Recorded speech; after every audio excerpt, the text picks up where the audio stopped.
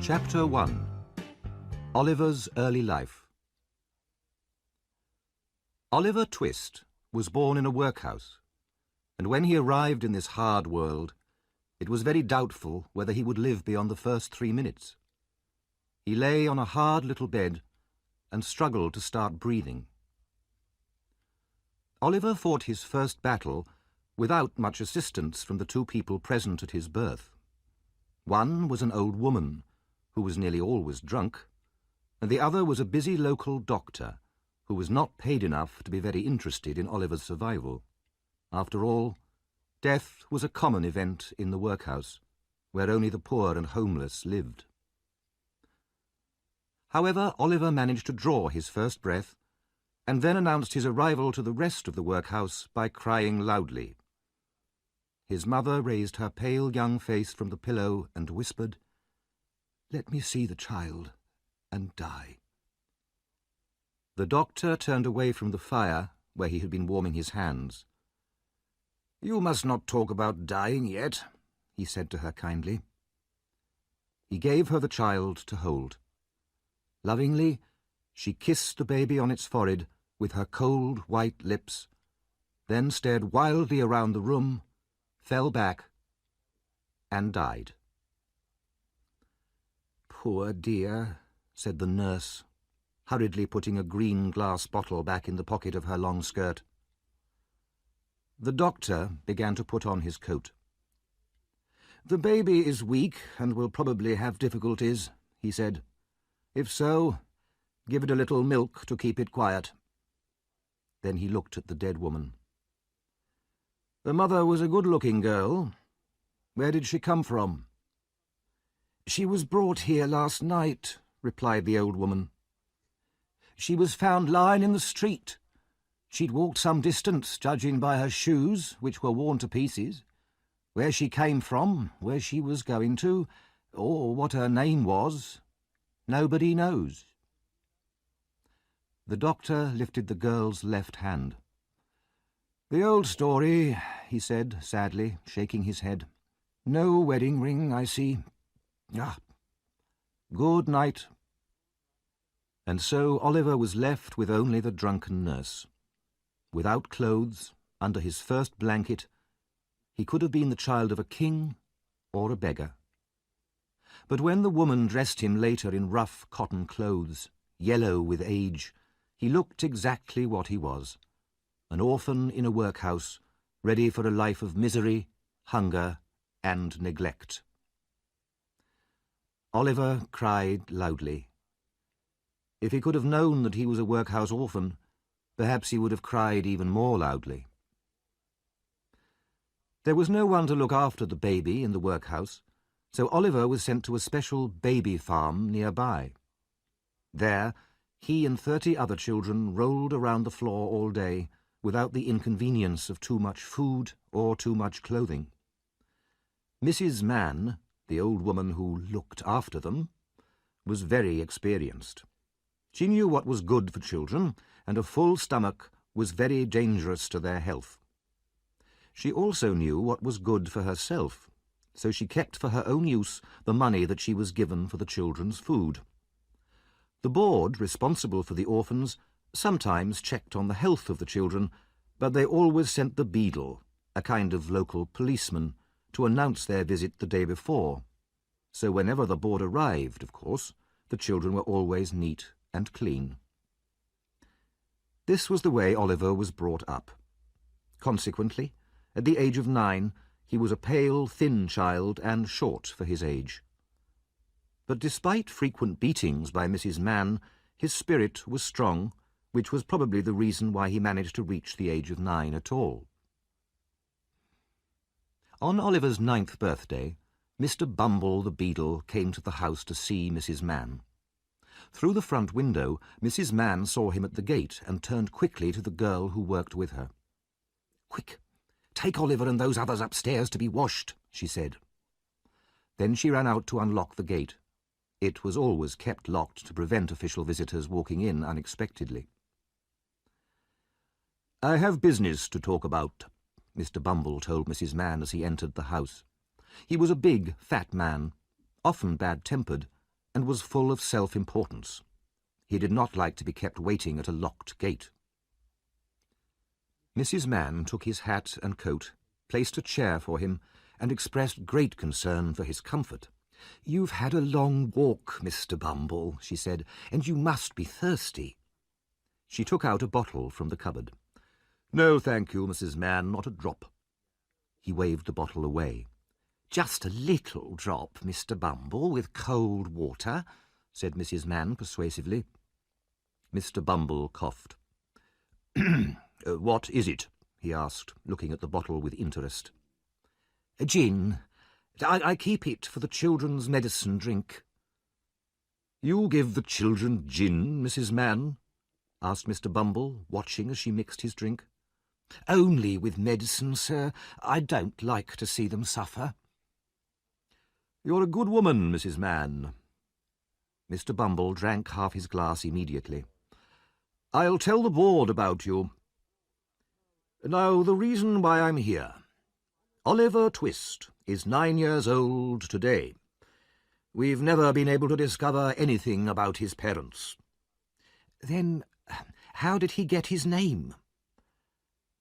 "I gave it to him," said Mr. Bumble proudly. "We follow the alphabet. The last one was an S, Swabble. And then it was T, so this one is Twist. The next one will be Unwin. Anyway, Oliver Twist is now old enough to return to the workhouse. Bring him here, please." While Mrs. Mann went to get him, Mr. Bumble finished the rest of his gin. Oliver, his face and hands now almost clean, was led into the room. "Will you come along with me, Oliver?" asked Mr. Bumble in a loud voice.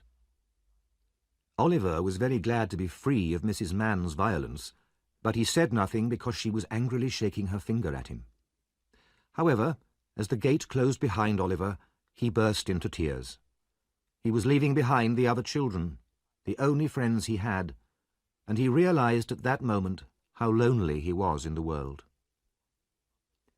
Mr. Bumble walked on with long steps, with Oliver on his short little legs running beside him. The feeling of contentment produced by gin and water had now disappeared, and the beadle was in a bad mood once more.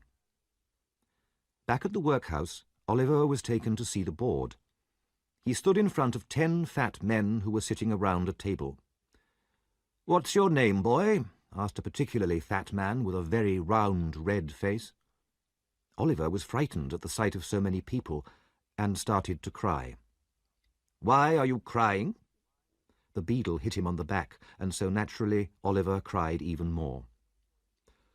"The boy's a fool," one member of the board announced. "You know you have no father or mother," said the first man, "and that you have been brought up with other orphans." "Yes, sir," replied Oliver, crying bitterly. "Why is the boy crying?" repeated the other man, puzzled. "You have come here to be educated," continued the fat man, "so you will start working here tomorrow at 6 o'clock. Oliver was led away to a large room where, on a rough, hard bed, he cried himself to sleep. The room in the workhouse where the boys were fed was a large stone hall, and at one end the master and 2 women served the food. This consisted of a bowl of thin soup 3 times a day, with a piece of bread on Sundays. The boys ate everything and were always hungry. The bowls never needed washing. The boys polished them with their spoons until they shone. After 3 months of this slow starvation, one of the boys told the others he was so hungry that one night he might eat the boy who slept next to him. He had a wild, hungry eye, and the other boys believed him. After a long discussion, they decided that one of them should ask for more food after supper that evening, and Oliver was chosen.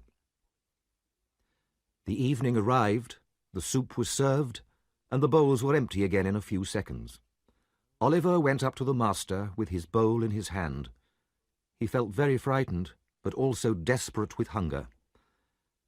"Please, sir, I want some more." The master was a fat, healthy man, but he turned very pale. He looked at the little boy in front of him with amazement. Nobody else spoke. "What?" he asked at last, in a faint voice. "Please, sir," replied Oliver, "I want some more." The master hit him with the serving spoon, then seized Oliver's arms and shouted for the beadle. The beadle came quickly, heard the dreadful news, and immediately ran to tell the board. "He asked for more?" Mr. Limpkins, the fattest board member, asked in horror. "Bumble, is this really true?" "That boy will be hanged," said the man who earlier had called Oliver a fool. "You see if I'm not right." Oliver was led away to be locked up, and a reward was offered to anybody who would take him away and use him for work.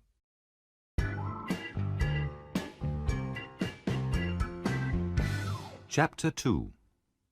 Oliver's First Job.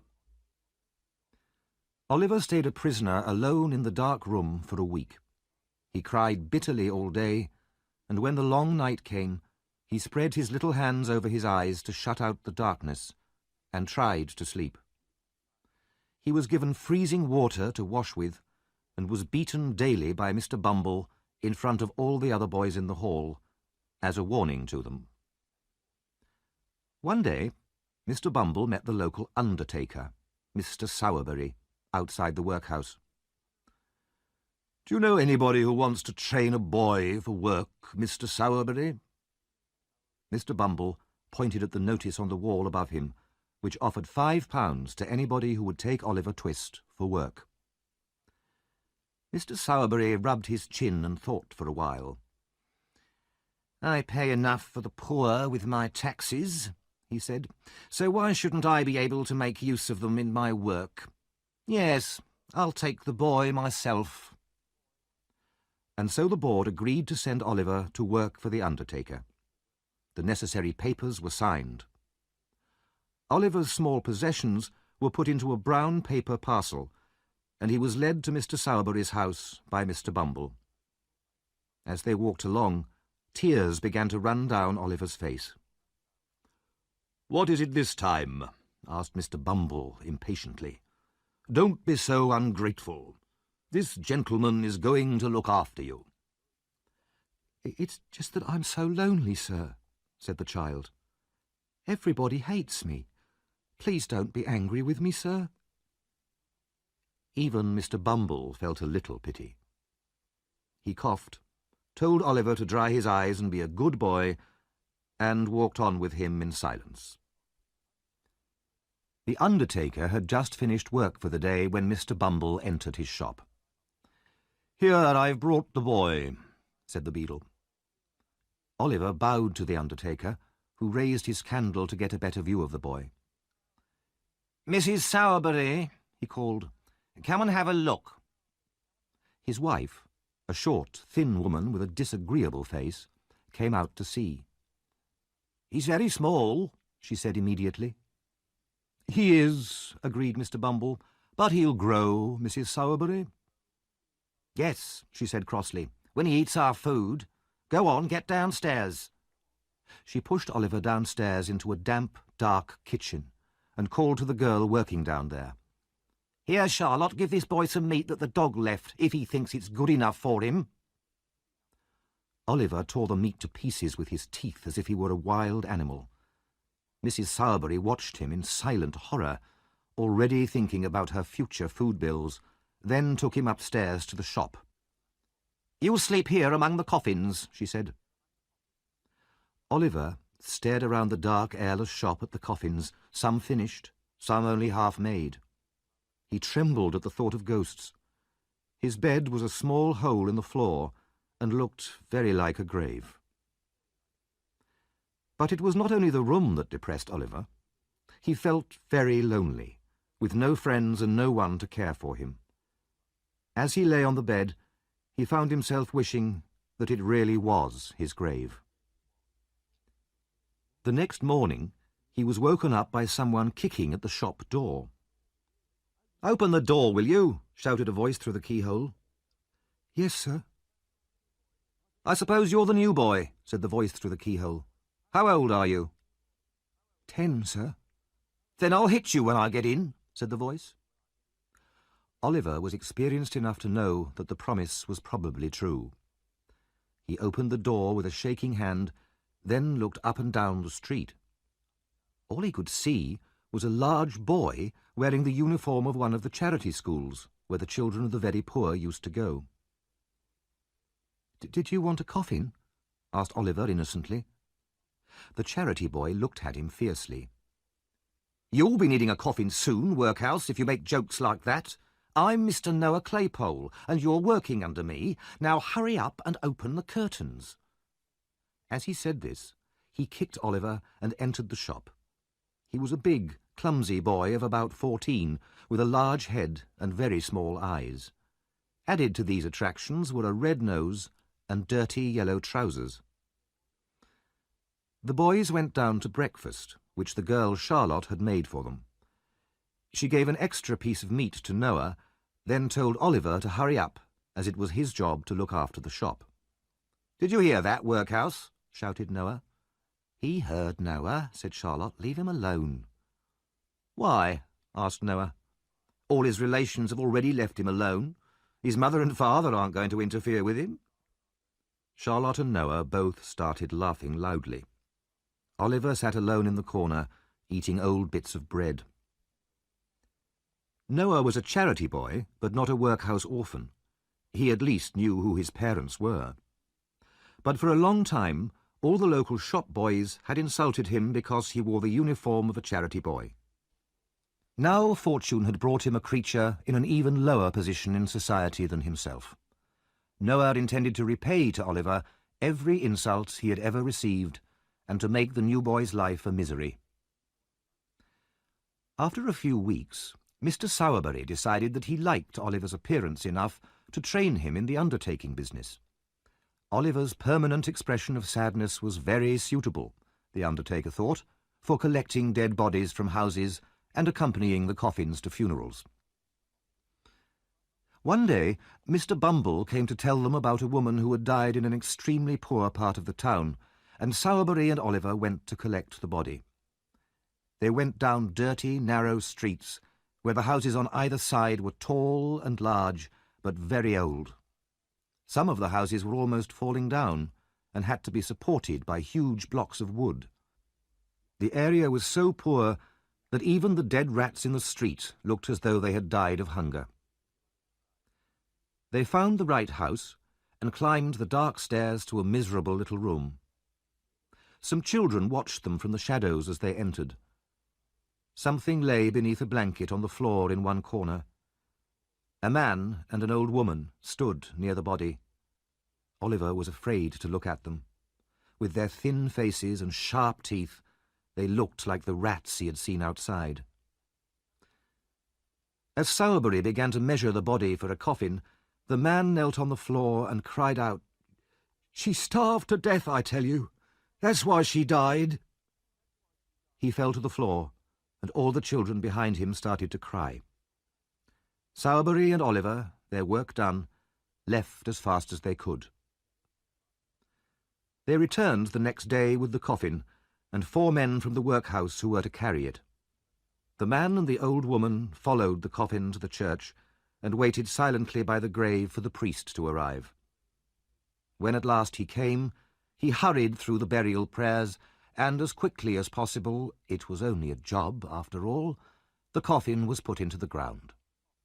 At this point the husband, who had not moved once during his wife's burial, not even during the long wait for the priest, suddenly fainted to the ground and had to have cold water thrown over him. "So, how did you like it, Oliver?" asked Sowerberry later as they walked home. Not very much, sir," Oliver answered truthfully. "You'll get used to it, my boy." Oliver wondered how long that would take, and remained silent all the way back to the shop, thinking about everything that he had seen and heard.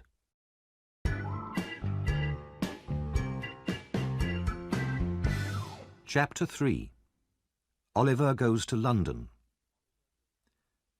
Oliver was now officially an undertaker's assistant. It was a good, sickly time of year, and coffins were selling well. Oliver gained a lot of experience in a short time, and was interested to see how brave some people were after a death in the family. During funerals for some rich people, for example, he saw that the people who had cried the loudest in church usually recovered the fastest afterwards. He noticed how in other wealthy families the wife or the husband often seemed quite cheerful and calm despite the recent death, just as if nothing had happened. Oliver was very surprised to see all this, and greatly admired them for controlling their sadness so well. He was treated badly by most of the people around him. Noah was jealous because Oliver went out to burials while he was left back in the shop, so he treated him even worse than before. Charlotte treated him badly because Noah did, and Mrs. Sowerbury was his enemy because Mr. Sowerbury was supposed to be his friend. One day something happened which might seem unimportant, but which had a great effect on Oliver's future. Noah was in a particularly bad mood one dinner time, and so he tried to make Oliver cry by hitting him, pulling his hair, and calling him horrible names. This was all unsuccessful, so he tried personal insults. "Workhouse, how's your mother?" he asked. "She's dead," replied Oliver, his face going red with emotion. Noah hoped that Oliver was going to cry, so he continued, "What did she die of, Workhouse?" "Of a broken heart, I was told," and a tear rolled down Oliver's cheek. "Why are you crying, Workhouse?" Oliver remained silent, and Noah grew braver. "You know, I feel very sorry for you, Workhouse, but the truth is, your mother was a wicked woman." Oliver seemed suddenly to wake up. "What did you say?" "She was so bad it was lucky she died, or she would have ended up in prison or hung." His face bright red with anger, Oliver jumped up, seized Noah's throat, and shook the older boy so violently that his teeth nearly fell out. Then he hit him with all his strength and knocked him to the ground. "He'll murder me!" screamed Noah. "Charlotte, help! Oliver's gone mad!" Charlotte and Mrs. Sowerbury ran in and screamed in horror. They took hold of Oliver and began to beat him. Then Noah got up and started to kick him from behind. When they were all tired, they forced Oliver, who was still fighting and shouting, into the cellar and locked it. Mrs. Sowerbury sat down, breathing heavily. "He's like a wild animal," she said. "We could all have been murdered in our beds." "I hope Mr. Sowerbury doesn't take any more of these dreadful creatures from the workhouse," said Charlotte. "Poor Noah was nearly killed." Mrs. Sowerbury looked at Noah sympathetically. Noah, who was twice Oliver's size, pretended to rub tears from his eyes. "What shall we do?" cried Mrs. Sowerbury. "He'll kick that door down in 10 minutes." They could hear Oliver banging and kicking at the cellar door. "Noah, run and get Mr. Bumble." So Noah ran through the streets as quickly as he could to fetch the beadle. When he reached the workhouse, he waited for a minute to make sure his face was suitably tearful and frightened. As soon as Mr. Bumble came out, Noah cried, Mr. Bumble, it's Oliver Twist, sir. He's become violent. He tried to murder me, sir, and Charlotte and Mrs. Sowerbury as well." Mr. Bumble was shocked and angry. "Did he? I'll come up there immediately and beat him with my stick." When he arrived at the shop, Oliver was still kicking wildly at the cellar door. "Let me out," he shouted from the cellar when he heard Mr. Bumble's voice. "I'm not afraid of you." Mr. Bumble stopped for a moment, amazed and even rather frightened by this change in Oliver. Then he said to Mrs. Sowerbury, "It's the meat that's caused this, you know." "What?" "Meat, madam. You fed him too well here. Back in the workhouse this would never have happened." "I knew I was too generous to him," said Mrs. Sowerbury, raising her eyes to the ceiling. At that moment, Mr. Sowerbury returned, and hearing what had happened, according to the ladies, he beat Oliver so hard that even Mr. Bumble and Mrs. Sowerberry were satisfied. Mr. Sowerberry was not a cruel man, but he had no choice. He knew that if he didn't punish Oliver, his wife would never forgive him. That night, alone in the room with the coffins, Oliver cried bitter, lonely tears.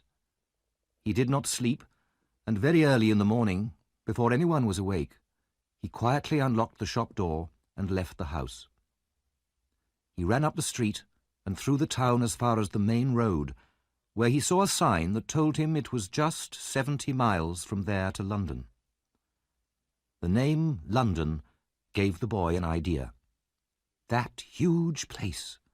Nobody, not even Mr. Bumble, could ever find him there.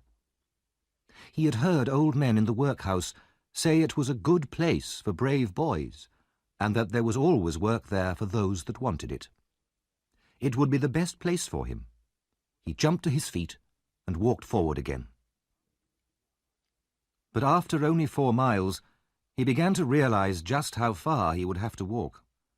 He stopped to think about it.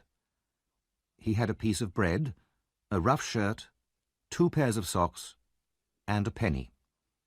But he could not see how these would help him to get to London any faster, so he continued walking. He walked 20 miles that day. The only thing he had to eat was his piece of bread and some water which he begged from houses near the road. He slept the first night in a field, feeling lonely, tired, cold, and hungry. He was even hungrier the next morning when he woke up, and he had to buy some more bread with his penny. That day he walked only 12 miles. His legs were so weak that they shook beneath him. The next day he tried to beg for money, but large signs in some villages warned him that anyone caught begging would be sent to prison. Travellers on the road refused to give him money. They said he was a lazy young dog and didn't deserve anything. Farmers threatened to send their dogs after him. When he waited outside pubs, the pub owners chased him away because they thought he had come to steal something. Only 2 people were kind enough to feed him, an old woman and a gatekeeper on the road. If they had not given him some food, he surely would have died like his mother. Early on the 7th morning of his journey, Oliver finally reached the little town of Barnet, just outside London. Exhausted, he sat down at the side of the road. His feet were bleeding, and he was covered in dust. He was too tired even to beg. Then he noticed that a boy, who had passed him a few minutes before, had returned and was now looking at him carefully from the opposite side of the road. After a long time, the boy crossed the road and said to Oliver, "Hello, what's the matter then?" The boy was about Oliver's age, but was one of the strangest-looking people he had ever seen. He had a dirty, ordinary boy's face, but he behaved as if he were an adult. He was short for his age and had little, sharp, ugly eyes. His hat was stuck on top of his head, but it looked as though it would blow off at any minute. He wore a man's coat which reached almost down to his feet, with sleeves so long that his hands were completely covered. "I'm very tired and hungry," answered Oliver, almost crying. "I've been walking for a week." "A week? The magistrate's order, was it?" "The magistrate? What's that?" "A magistrate's a kind of judge," explained the surprised young gentleman. He realized Oliver did not have much experience of the world. "Never mind that. You want some food," he went on. "I haven't got much money, but don't worry. I'll pay." The boy helped Oliver to his feet and took him to a pub. Meat, bread and beer were placed before Oliver, and his new friend urged him to satisfy his hunger. While Oliver was eating, the strange boy looked at him from time to time with great attention. "Going to London?" he asked him finally. "Yes." "Got anywhere to live?" "No." "Money?" "No." The strange boy whistled and put his arms into his pockets as far as the big coat sleeves would allow him. "I suppose you want to sleep somewhere tonight, don't you?" "I do, replied Oliver. "I haven't slept under a roof since I started my journey." "Well, don't worry. I've got to be in London tonight, and I know a very nice old gentleman there who'll let you live in his place and not even ask you for money." Oliver was deeply grateful for this offer of shelter and talked for a long time with his new friend. His name was Jack Dawkins, but he was usually called the Artful Dodger. Artful because he was very clever at getting what he wanted, and Dodger because he was very good at not getting caught when he did something wrong. When he heard this, Oliver felt rather doubtful about having such a friend.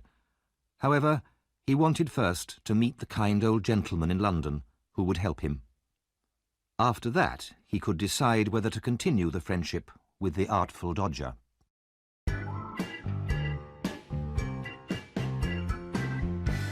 Chapter 4. Oliver in London. For some reason, the Dodger did not want to enter London during daylight, so it was nearly 11 o'clock at night when they got near the centre. Oliver had never seen a dirtier or more miserable place. The streets in this district were narrow and muddy, and there were terrible smells everywhere. Children wandered around even at this time of night, in and out of the many shops, playing and screaming. The pubs were full of people fighting, and big, evil-looking men stood in doorways or at dark corners. Oliver almost wanted to run away, but just then the Dodger pushed open a door and pulled Oliver into a dark hall. "Who's there?" a voice cried out. "It's me," said the Dodger. The faint light of a candle appeared in the hall. "Who's the other one?" "A new friend." They went up some dark and broken stairs. Oliver could hardly see where he was going, but the Dodger seemed to know the way and helped Oliver up. They entered a room with walls that were black with age and dirt. In front of the fire was a table with a candle stuck into a bottle of beer, and an old man with a horribly ugly face and red hair stood next to the fire cooking. He was wearing a dirty old coat and seemed to divide his attention between his cooking and a number of silk handkerchiefs which were hanging near the fire. There were several rough beds in the room. 4 or 5 boys, about the same age as the Artful Dodger, sat round the table smoking and drinking like middle-aged men. They all looked up when the Dodger and Oliver entered. "This is him, Fagin," the Dodger said to the old man. "My friend, Oliver Twist." Fagin smiled and shook Oliver's hand. Then all the young gentlemen came up to him and shook both his hands very hard, especially the hand which held his few possessions. One of the boys was particularly kind. He even put his hands in Oliver's pockets so that Oliver would not have to empty them himself when he went to bed. The boys would probably have been even more helpful, but Fagin hit them on their heads and shoulders until they left Oliver alone. "We are very glad to see you, Oliver," said Fagin. "I see you're staring at the handkerchiefs, my dear. Aren't there a lot? We've just taken them all out to wash them, that's all." This seemed to be a joke, as the old gentleman and all his young friends gave loud shouts of laughter. Then supper began. Oliver ate his share of the food and was then given a glass of gin and water. Fagin told him to drink it fast. Immediately afterwards, Oliver felt himself lifted onto one of the beds and he sank into a deep sleep. When he woke, it was late morning. Fagin was the only other person in the room, and he was boiling coffee in a pan. When the coffee was done, he turned towards Oliver and looked closely at the boy. Oliver was only just awake, and his eyes were half closed, so he seemed to be still fast asleep. Fagin then locked the door, and from a hidden hole in the floor he took out a small box which he placed carefully on the table. His eyes shone as he opened it and took out a gold watch covered in jewels. "Ah," he said to himself, "what fine men they were, loyal to the end. They never told the priest where the jewels were, nor about old Fagin, not even at the very end. And why should they? It was already too late. It wouldn't have stopped the rope going round their necks. Fagin took out at least 6 more watches, as well as rings and bracelets and many other valuable pieces of jewellery. He looked at them with pleasure, then replaced them. "What a good thing hanging is," he murmured. "Dead men can never talk or betray old friends." At that moment he looked up and saw Oliver watching him. He closed the lid of the box with a loud crash and picked up a bread knife from the table. "Why are you watching me? What have you seen? Tell me quick."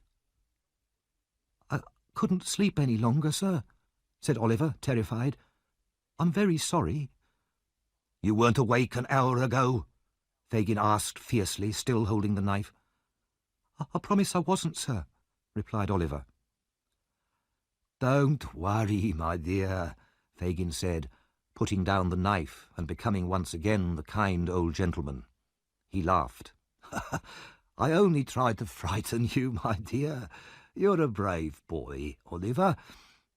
And did you see any of the pretty things?" "Yes, sir." "Ah," said Fagin, turning rather pale. They're mine, Oliver. All I have in my old age." Oliver wondered why the old man lived in such an old, dirty place when he had so many watches, but then he thought that it must cost Fagin a lot of money to look after the Dodger and the other boys. So he said nothing and got up and washed. When he turned towards Fagin, the box had disappeared.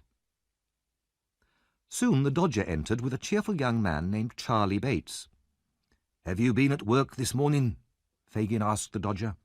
"Hard at work," answered the Dodger.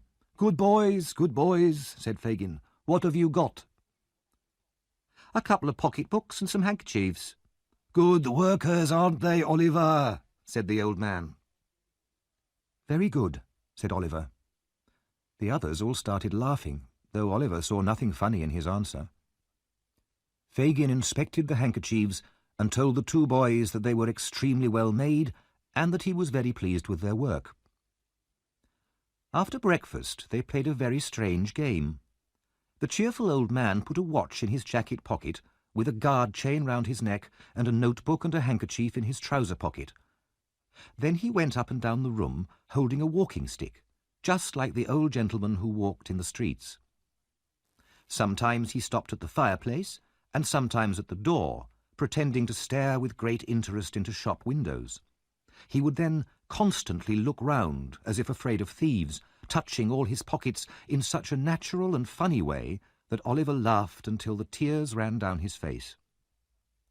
All the time, the 2 boys followed Fagin everywhere, and every time he turned round, they moved out of his sight so quickly that it was impossible to follow their movements. Finally, the Dodger bumped into him accidentally from behind, and at that moment both boys took from him very quickly his watch, guard chain, handkerchief, and notebook. If the old man felt a hand in any of his pockets, he cried out, and then the game began again. Later, the boys went out again to do some more work. When they had gone, Fagin turned to Oliver. "Take my advice, my dear," he said. "Make them your models, especially the Dodger. He'll be a great man himself, and will make you one too if you copy him. Is my handkerchief hanging out of my pocket, my dear?" "Yes, sir," said Oliver. "See if you can take it out without my feeling it, just as you saw them doing it when we were playing." Oliver held up the bottom of the pocket with one hand, as he had seen the Dodger hold it, and pulled the handkerchief lightly out of it with the other. "Has it gone?" asked Fagin. "Here it is, sir," said Oliver, showing it in his hand. "You're a clever boy, my dear," said the old gentleman, putting his hand on Oliver's head. "I've never seen a quicker boy. If you go on like this, you'll be the greatest man in London. Now come here, and I'll show you how to take the marks out of handkerchiefs." Oliver wondered what the connection was between playing at stealing from the old gentleman's pocket and becoming a great man, but he followed him quietly to the table and was soon deeply involved in his new study. Oliver remained in Fagin's room for many days, picking the marks and names out of the handkerchiefs and sometimes playing the same game as before. One evening, 2 young ladies came to visit, and a very cheerful party followed. Oliver thought they were very nice, friendly girls. The Dodger and Charlie Bates went out to work every day, but sometimes came home with no handkerchiefs, and Fagin would get very angry. Once he even knocked them both down the stairs and sent them to bed with no dinner because they had returned with nothing. At last, the morning came when Oliver was allowed to go out to work with the 2 other boys. There had been no handkerchiefs for him to work on for several days, and there was not very much to eat for dinner. The 3 boys set out, but they walked so slowly that Oliver thought they were not going to work at all. Then suddenly the Dodger stopped and put his finger to his lips. "What's the matter?" demanded Oliver. "Be quiet," replied the Dodger. "Do you see that old man outside the bookshop? He's the one." Oliver looked from the Dodger to Charlie Bates with great surprise and confusion, but he had been told not to ask questions. The 2 boys walked quickly and secretly across the road towards the old gentleman. Oliver followed behind them, watching in silent amazement. The old gentleman looked quite rich. He wore gold glasses, white trousers, and had an expensive walking stick under his arm. He had picked up a book and was standing there, reading it with great concentration, just as if he were in his own armchair at home. Oliver, his eyes wide with horror and alarm, watched as the Dodger put his hand in the old gentleman's pocket, took out a handkerchief and handed it to Charlie Bates. Then the 2 of them ran round the corner as fast as they could. Suddenly, the whole mystery of the handkerchiefs and the watches and the jewels and Fagin became clear. Oliver stood for a moment in terror, the blood rushing through him until he felt he was on fire. Then, confused and frightened, he started to run. At the same time, the old gentleman, putting his hand to his pocket and realizing his handkerchief was missing, turned round. He saw Oliver running away, so he naturally thought Oliver was the thief. With loud cries of "Stop, thief!" he ran after Oliver with the book still in his hand. The old gentleman was not the only one who started shouting. The Dodger and Charlie Bates, not wanting to attract attention to themselves by running down the street, had stopped round the first corner. When they realized what was happening, they also shouted, "Stop, thief!" and joined in the chase like good citizens. The cry of "Stop, thief!" always causes great excitement. Everybody in the street stopped what they were doing and began to shout themselves. Many joined in the chase with enthusiasm, and soon there was a big crowd running after Oliver. Finally they caught the exhausted boy. He fell down on the pavement, and the crowd gathered round him. "Is this the boy?" they asked the old gentleman. "Yes," he answered, leaning over Oliver, "but I'm afraid he's hurt himself." "I did that," said a huge young man proudly, "and I hurt my hand doing it." The old gentleman looked at him with an expression of dislike. Oliver lay on the ground, covered with mud and dust and bleeding from the mouth, and looked wildly at all the faces surrounding him. At that moment a policeman arrived and took Oliver by the collar. "Come on, get up," he said roughly. "It wasn't me, sir," said Oliver, looking round. "It was 2 other boys. They're here somewhere." "Oh, no, they aren't," replied the policeman. In fact, he was right, as the Dodger and Charlie had quietly disappeared as soon as the crowd had caught Oliver. "Come on, get up." "Don't hurt him," said the old gentleman. "I won't," said the policeman, tearing Oliver's jacket half off his back as he lifted him up. The 3 of them started walking, followed by the excited crowd.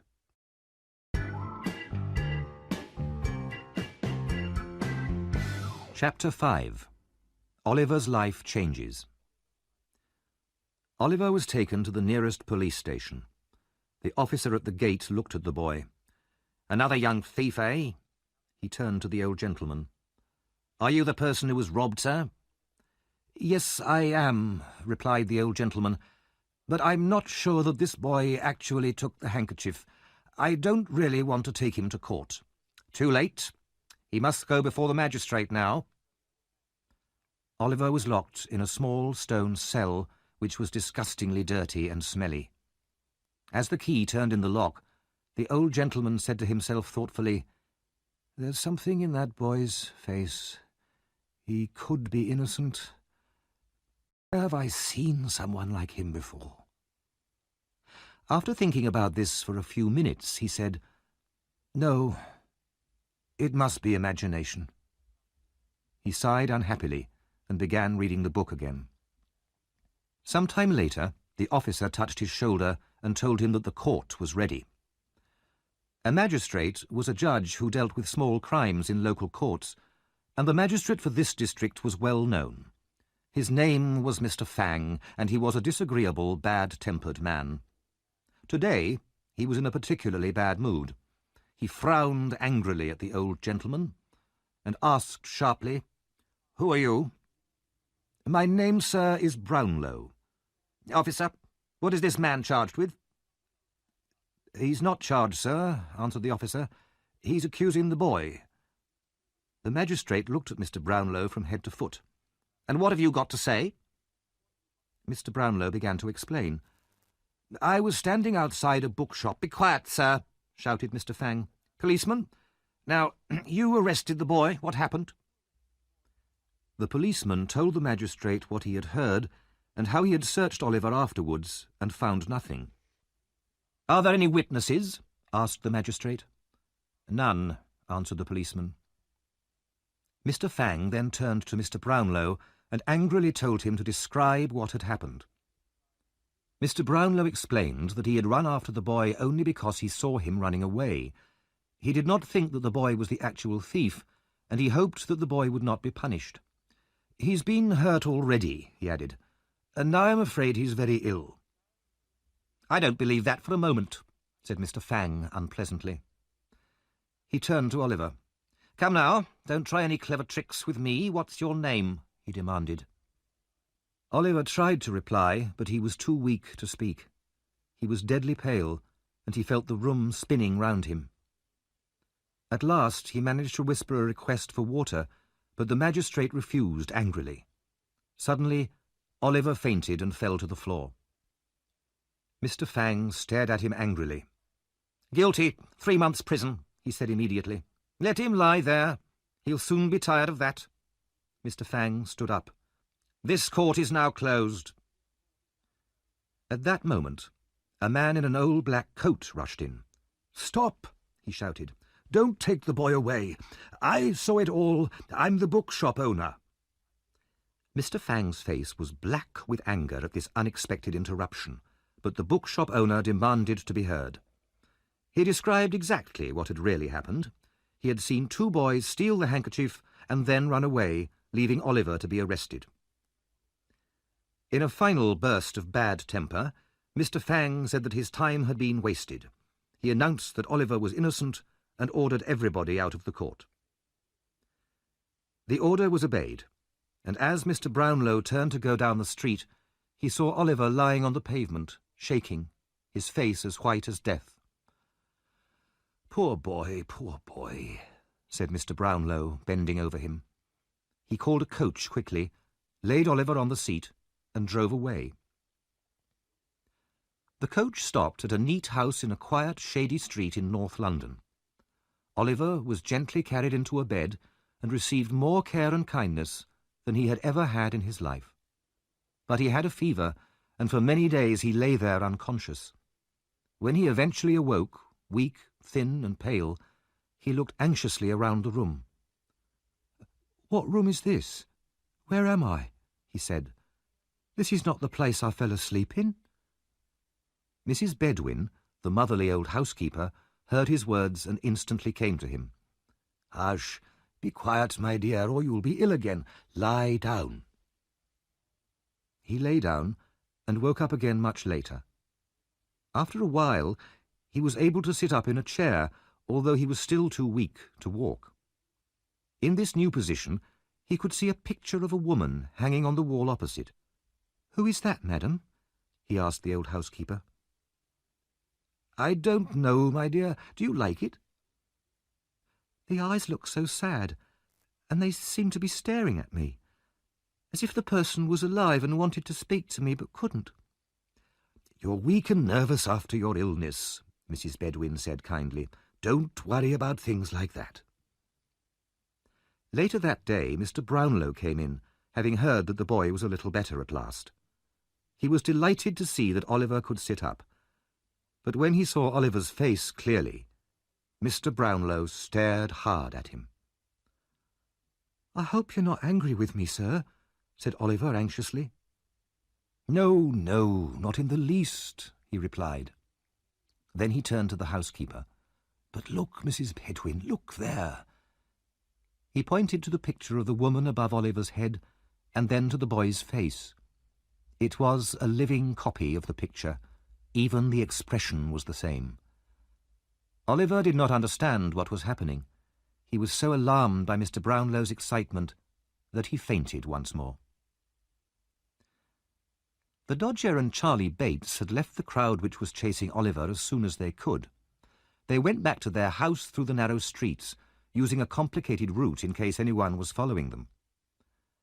Once they were safely away from other people, Charlie Bates rolled on the ground and laughed and laughed. "When I saw Oliver running away so fast round all the corners, bumping into walls, and all the time I had the handkerchief in my pocket." "But what will Fagin say?" asked the Dodger. "What do you mean?" The Dodger said nothing more, but led Charlie Bates into the house and up the stairs. When Fagin saw them enter, he rose to his feet. "Where's Oliver?" he asked them furiously. The two boys looked uneasily at each other, but said nothing. Fagin took hold of the Dodger's collar and shook him violently. "Tell me, or I'll kill you." The Dodger slid out of his coat in one smooth movement, leaving Fagin holding only the empty coat. "The police have got him," he said reluctantly. He looked round for a weapon to fight with, but Fagin already had a heavy metal pot in his hand. He threw it hard at the Dodger, but missed and hit Charlie Bates, who started to shout with fear. Suddenly, all this noise and confusion was silenced by a deep voice at the door. "What the devil's going on here?" the voice demanded. The owner of the voice was a big man of about 35 in a black coat and very dirty trousers, with a brown hat on his head and a dirty handkerchief around his neck. He also had a 3-day-old beard. A white dog with torn ears followed him into the room. The man kicked the dog into a corner and looked round at the signs of battle. "Are they trying to murder you, Fagin? I would if I was them. I'd have done it long ago. Now give me some beer and don't poison it." It was said as a joke, but if the man had seen the evil look on Fagin's face, he might have thought the warning was a necessary one. Fagin produced some beer, and as the fight appeared to be over, everybody sat down. In the conversation that followed, Fagin told the newcomer that Oliver had been caught by the police. "I'm afraid, Mr. Sykes," he said, "the boy may say something which will get us into trouble." "Very likely," said Bill Sykes, smiling unkindly.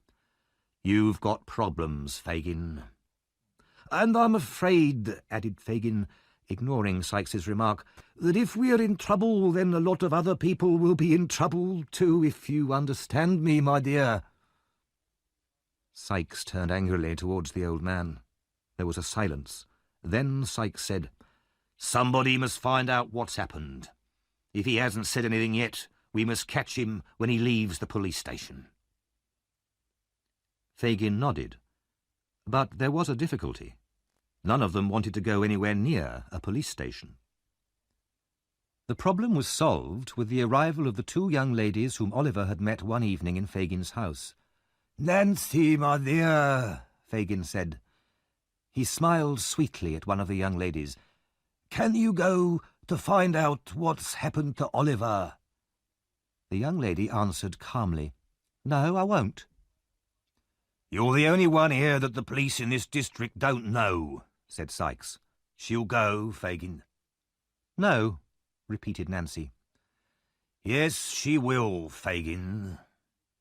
Sikes was right. With a mixture of threats and promises, he soon persuaded Nancy to go. She set off at once, and at the police station pretended to be a shy, frightened girl. "Is my poor little brother Oliver here?" she asked the officer with the keys. "He's not here," the officer replied. "The gentleman's got him."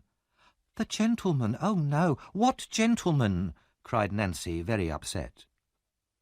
The policeman explained that Oliver had become ill, and the old gentleman had taken him to his house in the Pentonville district of North London. Nancy, still looking terribly upset, left the station and hurried back to Fagin's house with this news. As soon as he heard it, Sikes called his white dog, put on his hat, and left without saying goodbye to anyone.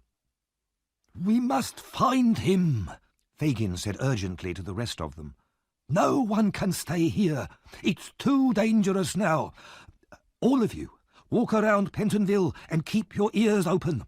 Don't come back until you have some news of Oliver. If you can, kidnap him. We've got to keep him quiet before he starts talking about us to his new friends." With these words, he pushed them all from his room and double-locked the door behind them. Then he took out his hidden box and very carefully hid all the watches and the jewellery beneath his clothes.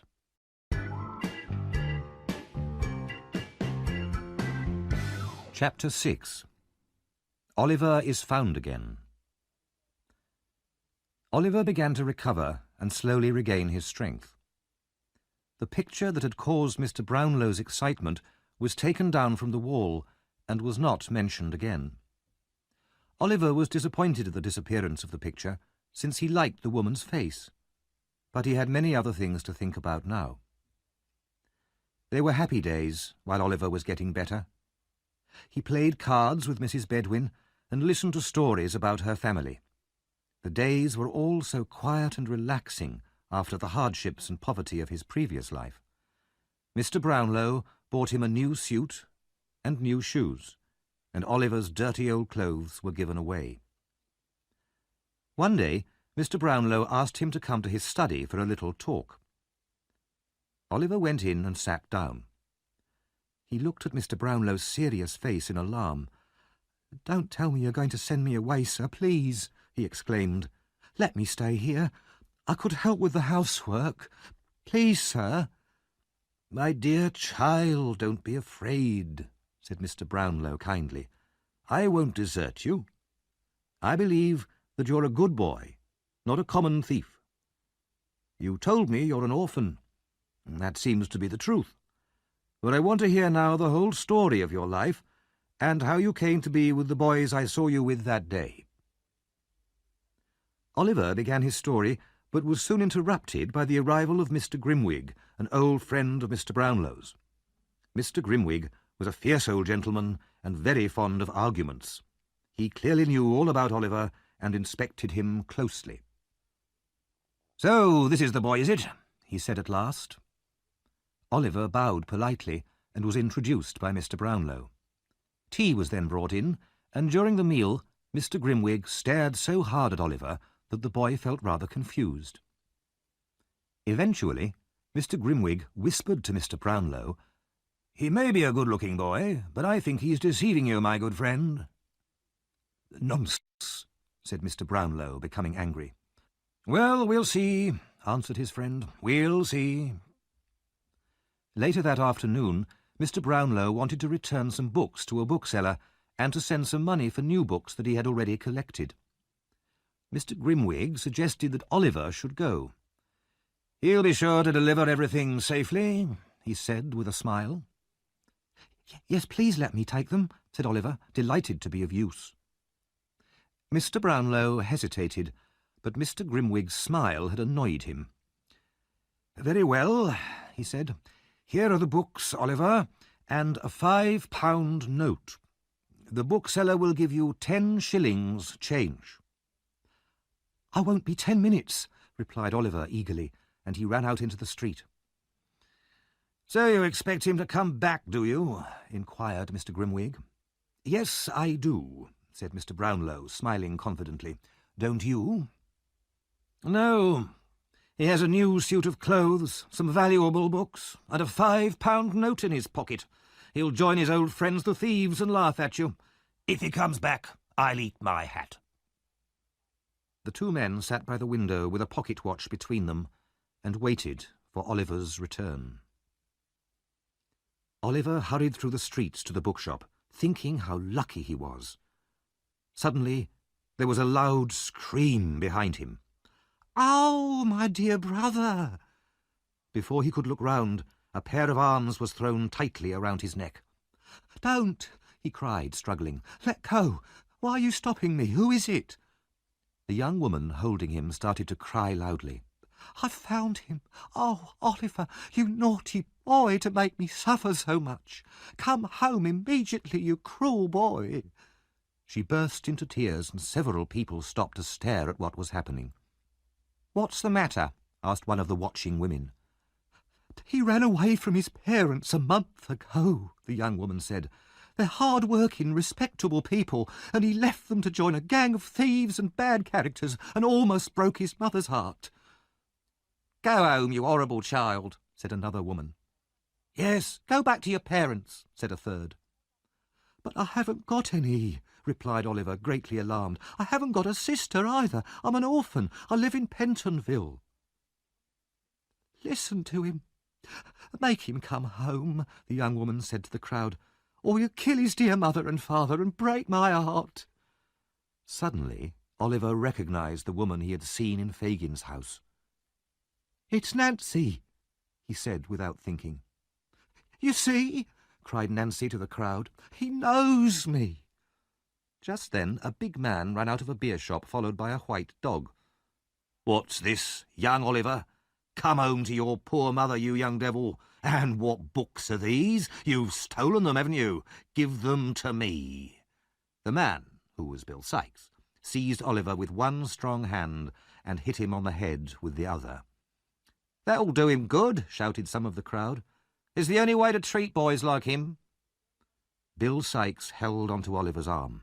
"Come on, you young thief." Still weak from illness and terrified by the growling dog, Oliver could not resist. He was taken through the dark, narrow streets at great speed.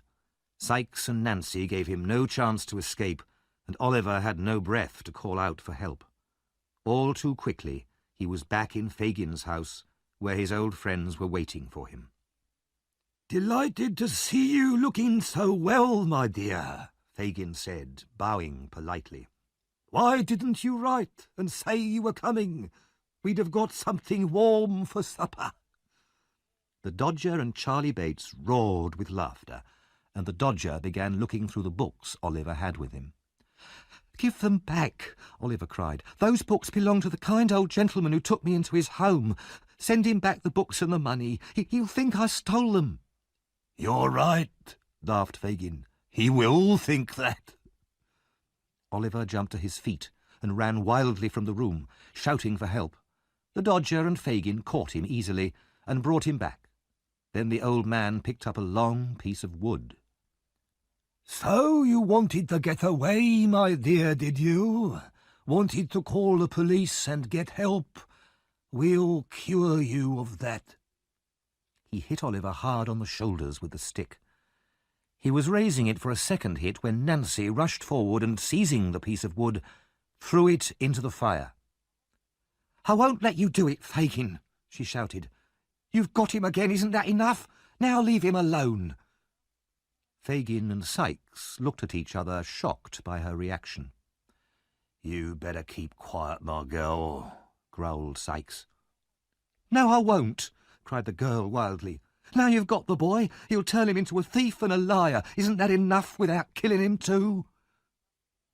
She rushed at Fagin and would have hit him if Sikes had not held her arms so tightly that she couldn't move.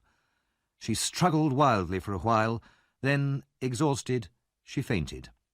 Sikes laid her down in the corner, as surprised as Fagin at her anger.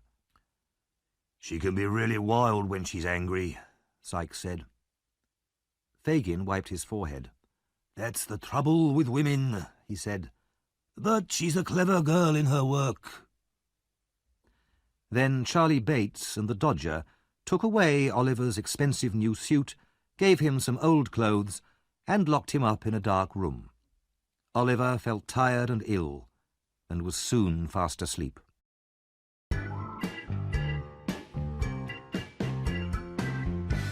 Chapter 7.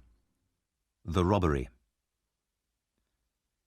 A few days later, a visitor arrived in London from Oliver's hometown. He was a large, fat man, and very proud of his hat, which showed the world that he was a most important official.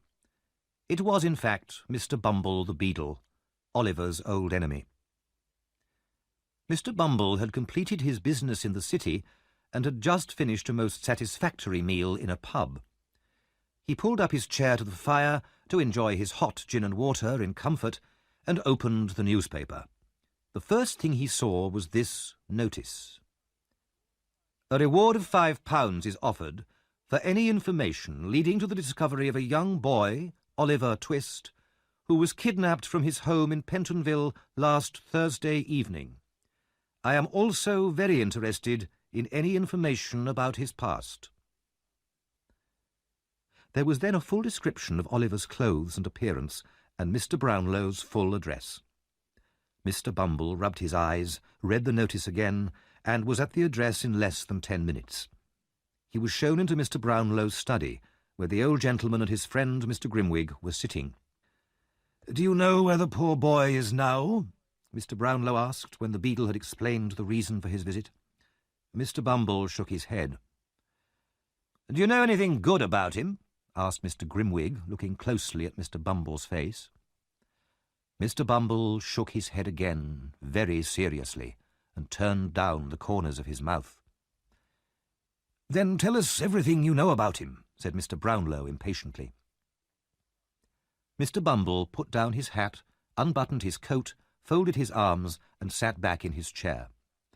He spoke in his most important and official voice, and talked for 20 minutes. His listeners heard all the details of Oliver's illegitimate birth, and how generously he had been treated as a workhouse orphan. They heard how he had always been an ungrateful and dangerous child, violently attacking another boy, and finally running away from the house where he had been working. The old gentleman shook his head sadly and gave Mr. Bumble the £5. "I would have been happy to give you 3 times the amount if your story had proved that the boy was good." If Mr. Bumble had known this earlier, he might have told a different story, but now it was too late, so he took the money and left. Mr. Brownlow walked up and down his room for several minutes, deep in thought. He rang the bell for Mrs. Bedwin, his housekeeper, and told her what he had heard. "I don't believe it," she said, with great certainty. "I was right," said Mr. Grimwig, with satisfaction. "You should have listened to what I said." Mr. Brownlow said angrily, "Never let me hear the boy's name again. Never. Remember that, Mrs. Bedwin." There were sad hearts at Mr. Brownlow's house that night. Meanwhile, in another part of London, Oliver remained a prisoner. Fagin had told Oliver how ungrateful he had been to run away. He had told him that he would have died of hunger without Fagin's kindness. He went on to tell Oliver the story of another young boy who had gone to the police to tell them about the gang, but who had finally been hanged one morning for being a thief. Fagin described the hanging in terrifying detail, and said that he hoped he would never have to tell the police about Oliver, and see Oliver with a rope around his neck. Oliver felt his blood turn cold. He remained locked in a room for many days, seeing nobody between early morning and midnight. He spent his time thinking sadly about his friends in Pentonville. After a week, he was free to wander round the house during the day. It was a dirty place, full of rats and insects, but no other living thing. All the windows were closed and covered with wood and metal bars that kept out the light. One afternoon, the Dodger and Charlie Bates were at home, and they started telling Oliver about their lives as thieves. "Why don't you become one?" Charlie asked him. "We all are here. Both of us, and Fagin, Sykes, Nancy, all of us." "I don't want to be," replied Oliver. "I wish they'd let me go." "But it's a good life," the Dodger said, taking some coins from his pocket and throwing them up in the air. "What does it matter where the money comes from?" he said, laughing. "If you don't steal it, someone else will. You can be sure of that." Fagin entered at this point with 2 young men and joined in the conversation. One of the young men had just come out of prison, and there were many cheerful jokes about his very short haircut. Everybody sat around the fire, talking and laughing for hours. Fagin told Oliver how good the Dodger was at his job, and what a friendly boy Charlie was. It was, without doubt, an interesting evening for Oliver, after so many days locked up alone. After that evening he was rarely on his own again. He spent a lot of time with the Dodger and Charlie, and often played the handkerchief game with them. At other times, Fagin would tell them all about robberies he had committed in his younger days, telling the stories so well and putting in so many funny details that Oliver could not stop laughing, even though he knew it was wrong. Fagin knew what he was doing. He had made sure that Oliver was so lonely and miserable that he would be desperate for any friends, however criminal. Slowly and deliberately, Fagin was trying to poison the young boy's mind. One damp, cold, windy night a few weeks later, Fagin put on his heavy coat and, with the collar pulled up high to hide his face, left his home. He walked fast through the streets, never losing his way even in the darkest places. Finally, he reached an evil, narrow street lit only by a single lamp. He knocked on a door, said something quietly to the person who opened it, then walked upstairs. Bill Sikes was sitting by his fire with his dog when Fagin entered. The room was a small, dark place with almost no furniture. Nancy was there too, and Fagin glanced at her uneasily. He had not seen her since she had attacked him to stop him hitting Oliver. However, she seemed to have forgotten all about it because she told him to pull up a chair and warm himself by the fire. "I'm ready for business," Bill Sikes said, looking at Fagin suspiciously. "Say what you have to say, Fagin." "It's about the robbery at Chertsey, Bill," answered Fagin. "Some lovely silver in that house down there." I know, Sikes said. "I was down there 2 nights ago to have a look at the house, but it's locked like a prison at night, all except one part." "Where's that?" asked Fagin, bending his head forwards, his eyes staring excitedly at Sikes. "Do you think I'm stupid? I'm not telling you. Anyway, what we need is a boy." "So there's a small place where only a boy can enter the house?" asked Fagin. "Maybe, but we need a boy." There was silence for a time, while Fagin thought. Then he made a sign to Sikes to tell Nancy to leave the room. "Don't worry," Sikes said. "You can trust her. She won't talk. Isn't that right?" "Of course it's right," answered the young woman, taking a large drink from the bottle on the table and laughing. "Anyway, Fagin, I know your idea is for Oliver to do the job." "You're a clever girl," said Fagin, smiling evilly. "That's exactly what I had in mind. Listen, Bill. The boy's been training for a few weeks, and it's time he did some work. He's the smallest one, anyway." "Is he safe?" asked Sikes. "Because if he tries any tricks on me, I'll kill him." "He'll be ours for life if he feels he's one of us, and this job will make him feel like that," said Fagin eagerly. "The boy looks so innocent, he's perfect. And we've got to include him in some crime as soon as we can. Otherwise, if he escapes now, he can tell the police about us and stay free himself." So it was decided that Oliver would help Sikes with the robbery in 2 days' time. The plan was discussed in great detail and all the arrangements made. By then, Sikes was very drunk, and Fagin got up to leave. As he put on his coat, he stared hard at Nancy, frowning a little. No, he was sure he could trust her. She was loyal. The next night, Oliver was alone in Fagin's house when Nancy entered. She was so nervous and white-faced that Oliver asked her if she was ill. God forgive me, she said, beating her hands together. I never thought I would do this. Has anything happened? Asked the boy. What is it? She sat with her back to him and hid her face with her hands. After a while she said, I don't know why I feel so strange sometimes. Come on, Oliver, are you ready? You have to come with me to Bill's house. Why? Oh, nothing important. Oliver did not believe her, but he thought that at last this might be an opportunity to escape, so he said rather too quickly, I'm ready. Nancy guessed what he was thinking. Oliver, she said, this is not the time to escape. I've saved you once and I will again, but if anything happens tonight, it might mean my death. She said this so seriously that Oliver decided it must be true. He was quiet while they walked quickly through the streets to Sykes' house. Inside his room, Sykes sat Oliver down on a chair. Did he come quietly? He asked Nancy. Quiet as a mouse. Glad to hear it, said Sykes. Now listen to me, boy. He put a gun against Oliver's head. If you say one word when you're outside with me, I'll shoot you. Understand? Oliver nodded, trying hard not to tremble. Sykes and Oliver started out at 5 o'clock in the morning, while it was still dark. They crossed from one side of London to the other. At first the streets were empty, then shops began to open and people started going to work.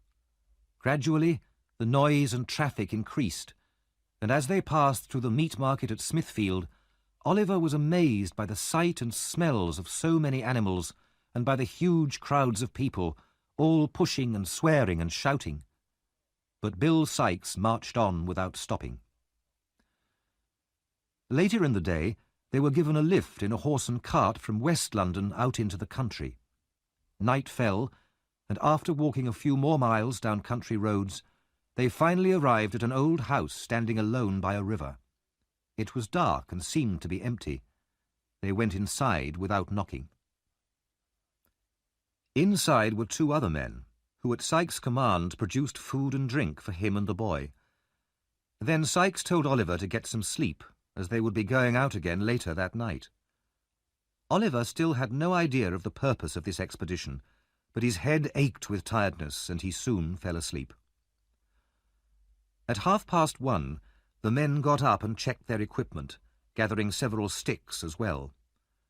Sykes and the man called Toby left the house together, with Oliver walking between them.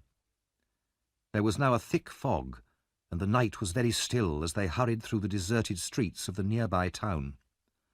Out in the country again, they walked down several small roads until finally they stopped at a house surrounded by a high wall. As quick as lightning, Toby climbed up and pulled Oliver after him. Inside the garden, they crept towards the house, and now, for the first time, Oliver realized in horror that the purpose of the expedition was robbery and maybe even murder. Bill Sykes broke open a small window at the back of the house, then shone his light into Oliver's face. Now listen. I'm going to put you through here. Go straight through into the hall and onto the front door and let us in. And if you don't, you can be sure I'll shoot you. Oliver, stupid with terror, was lifted through the window into the house. Desperately, he decided to try to run upstairs and warn the family. He began to creep forwards. Suddenly, there was a loud noise from the hall. "Come back!" shouted Sykes. "Back! Back!" Oliver stood still, frozen with fear. A light appeared, then two men on the stairs, then a sudden bright flash and a loud bang. Oliver staggered back. Sykes seized the boy's collar through the window and pulled him back out into the garden. "They've hit him!" shouted Sykes. "He's bleeding!" A bell rang loudly, above the noise of more gunshots and the shouts of men. Oliver felt himself being carried across rough ground, and then he saw and heard no more.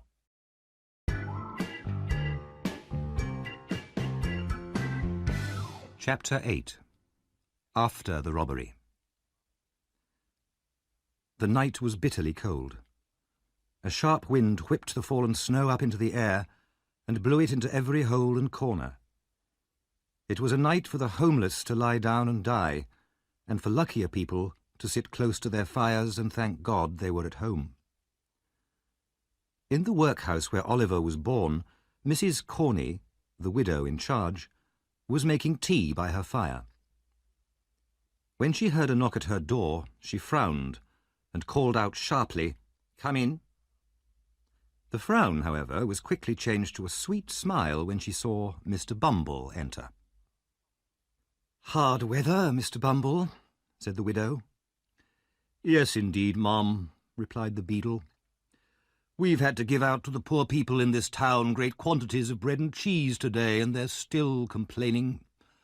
Why, one man even came back and demanded some free firewood. What does he want that for? People are never satisfied. Give them one thing today, and tomorrow they'll ask for something else." Mrs. Corney agreed that it was very shocking. They discussed some workhouse business together, and then Mr. Bumble looked hopefully at the teapot. Mrs. Corney offered him some tea. Instantly, Mr. Bumble sat down by the fire and gave the widow such a warm smile that her face turned a delicate pink. She passed Mr. Bumble the teacup, and as he took it, he managed to give her hand a little stroke. "You're a kind-hearted woman, Mrs. Corney," said the beadle. "Oh, Mr. Bumble," said the widow, smiling shyly. For a while there was a friendly silence between them. Then Mr. Bumble moved his chair closer to the widow's. Mrs. Corney, of course, did not notice this, but when the beadle's arm began to slide around her waist, she felt she must make a small protest. Encouraged by this response, Mr. Bumble immediately gave her a kiss, but at this interesting moment there was a sudden knock at the door. Mr. Bumble jumped to his feet and went to the other end of the room. "Please, Mrs. Corney," said a voice outside.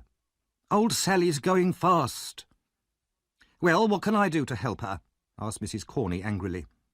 "Nothing, ma'am," replied the old woman outside, "but she says she has something to tell you, which you must hear. She won't die quietly till you come." Complaining loudly, Mrs. Corney asked Mr. Bumble to wait until she came back. Then she followed the old woman up the stairs. Old Sally lay in bed in a freezing cold room. The fire was so small and mean that it gave no warmth at all. Mrs. Corney bent over the bed, and the dying woman opened her eyes. "Come closer," she murmured. "Let me whisper in your ear." She held on to Mrs. Corney's arm and pulled her down towards her. "In this same room, I once helped a pretty young woman who came in with cut and bleeding feet, who gave birth to a boy and then died." "Well?" asked Mrs. Corney impatiently. "I robbed her. She was hardly dead before I stole it." "Stole what?" "It. The only thing she had. It was gold. It could have saved her life." "Gold? Who was this mother? Tell me." "She told me to look after it when she died." The old woman's mind was getting confused. "She trusted me, poor girl, and I stole it." "Quick, tell me, or it may be too late," said Mrs. Corney greedily. "What was it, and what was the boy's name?" The old woman could hardly speak. "Oliver. The gold I stole was—" Yes, what?" The old woman fell back onto the bed, dead. Mrs. Corney hurried back to her room, where Mr. Bumble was still admiring her furniture and counting her silver teaspoons. They sat down again by the fire, and soon Mr. Bumble's arm returned to its previous position round Mrs. Corney's waist. It was not long before he asked her to marry him, and the widow happily accepted him. While they drank to celebrate the arrangement, Mrs. Corney told Mr. Bumble about old Sally's death and the unknown gold object which she had stolen from the dead body of the young woman. After many expressions of undying love, Mr. Bumble finally left the room and returned home, with bright visions of his future. While these events were happening in the workhouse, the Artful Dodger and Charlie Bates were playing cards in Fagin's house. The Dodger, as usual, was winning easily. Somehow he always seemed to know exactly what cards the other players had in their hands. Suddenly there was a faint ring on the bell downstairs, and Toby came in, the man who had gone with Bill Sikes and Oliver to rob the house in Chertsey. Fagin jumped to his feet. "Where are they?" he screamed. "Sikes and the boy, where are they hiding?" "We failed," said the robber. "What happened?" "They fired and hit the boy. We ran away with Oliver between us, and they chased us with dogs." "And the boy? What about the boy?" gasped Fagin. "His head was hanging down and he was cold. We needed to go faster, so we left him in a field, alive or dead. That's all I know about him." Fagin did not wait to hear any more. He gave an angry scream, ran out of the house, and hurried through the streets until he reached Bill Sikes' house. As he climbed the stairs, he thought, "Well, Nancy, if there's anything going on here, I'll find out about it, however clever you are." Nancy was alone upstairs in her room, her head on the table. "She's been drinking again," thought Fagin. As he closed the door, she woke up. He told her what had happened during the robbery. She said nothing, and her head returned to the table. "And where do you think the boy is now, my dear?" Fagin asked her, trying hard to see her face. "Poor little child, left alone like that." Nancy looked up. "I hope the child's dead. Then he'd be happier than any of us." "What?" said Fagin in amazement. "It's better like that. The sight of the boy turns me against myself and all of you." "You're drunk." Fagin suddenly lost his temper. "The boy's worth a fortune to me, and now a drunken gang has lost him. And if Sikes doesn't return that boy to me, dead or alive, I'll tell the police about him, and I'll get Sikes hanged. Just remember that." When Fagin left her, Nancy was already back in a drunken sleep, her head lying on the table once more. Fagin went out into the blackness of the night and walked home. He had reached the corner of his street and was searching in his pocket for his key when a dark figure came out of the shadows and crossed the road towards him. "I've been waiting here for 2 hours, Fagin," said the stranger. "Where have you been?" "On your business, my dear," said Fagin, glancing at him uneasily. "We'd better talk inside." The door closed behind them, and they crept quietly up to the top floor in order not to wake the sleeping boys downstairs. They sat in a dark room, the only light coming from a candle burning in the passage outside. The stranger's name was Monks, and he was in an evil mood. He listened to Fagin for a while, frowning heavily. "It was badly planned," he said angrily. "Couldn't you have made the boy into an ordinary thief and then got him arrested and sent out of the country for the rest of his life?" "But he isn't like the other boys here," Fagin said. "I had nothing to frighten him with. Anyway, I've already helped you. After he was caught by the police stealing from the bookshop, I got Nancy to get him back, and then she felt sorry for him." "Killer," Monks said impatiently. "We can't afford to do that kind of thing," said Fagin. "But I can turn the boy into an ordinary thief now, and then Nancy will harden her heart against him. I know how women are. But if he's already dead—" "That's not my fault," said Monks quickly. "I always said to you, do anything you want to him, but don't kill him. I wouldn't have been able to forget it if you had." Suddenly he jumped to his feet, staring at the wall opposite the door. "What's that?" he whispered, terrified. "What? Where?" cried Fagin. "The shadow.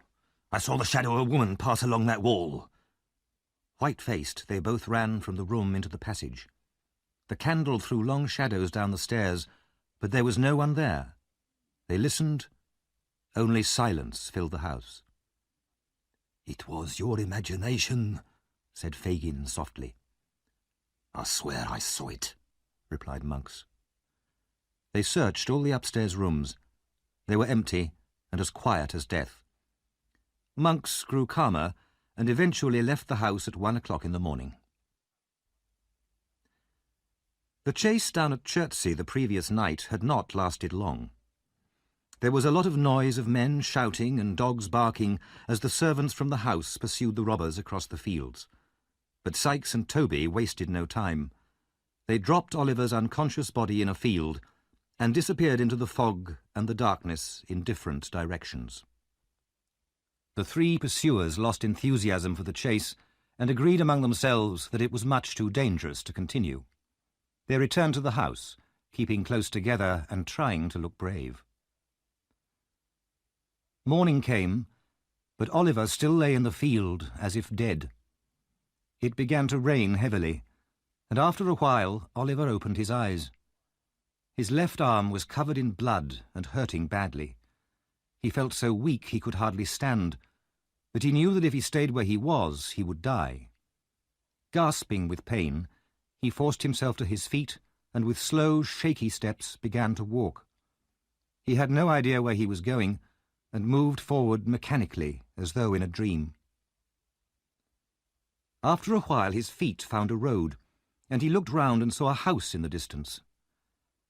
He decided he would rather die near human beings than in a cold field, so he turned his steps towards the house. As he came nearer, he realized that the house was familiar, and he felt faint with terror. But where else could he go? With a last effort, he crawled up the path and knocked on the door, then fell exhausted on the step. It was now mid-morning. Inside the house, the men servants were still describing the night's adventures to the cook and the servant girl, who gasped with appreciative horror at every exciting moment. They were all enjoying themselves very much, when there came a knock at the door. Pale with fright, they all stared at each other.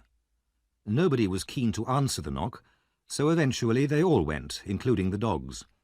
Very cautiously they opened the door and saw nothing more alarming than poor Oliver curled up in a sad little heap on the step. Then one of the men gave a shout, seized the boy by a leg and pulled him into the hall. "Here he is," he cried excitedly. "Here's the thief. I shot him last night." A young lady appeared at the top of the stairs. "What's going on here? Quiet, please. Is this poor boy very hurt?" "Very," said the servant, proudly. "Then one of you go to town as fast as you can and fetch a policeman and Dr. Losberne. The rest of you help to carry the boy upstairs and put him to bed. Treat him kindly, I beg you."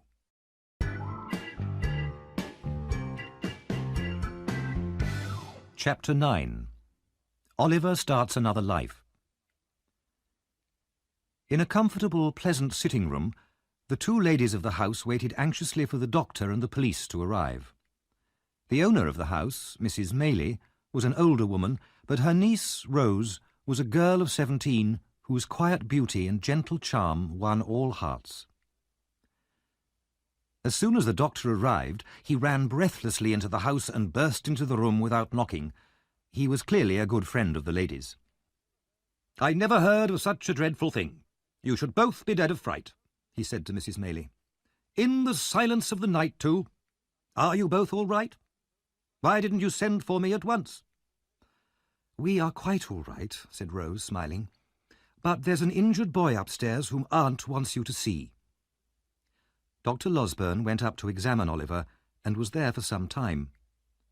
He came down looking rather puzzled and asked the two ladies to see the boy with him. "I can promise you there's nothing very frightening about him," he said. Instead of the evil-looking robber they expected to see, the two ladies found only a pale, thin child lying peacefully asleep. He looked so innocent that Mrs. Maylie said, "This child could never have been in a gang of robbers." "It certainly seems strange," agreed the doctor, "but wickedness can hide behind the most gentle face, you know." "But he's so young, too," cried Rose. "Can you really believe this poor boy is a criminal? Oh, Dr. Losberne and my dear aunt, I beg you both to have pity on him." Mrs. Maylie did not need persuading, and the doctor could not resist Rose's tears.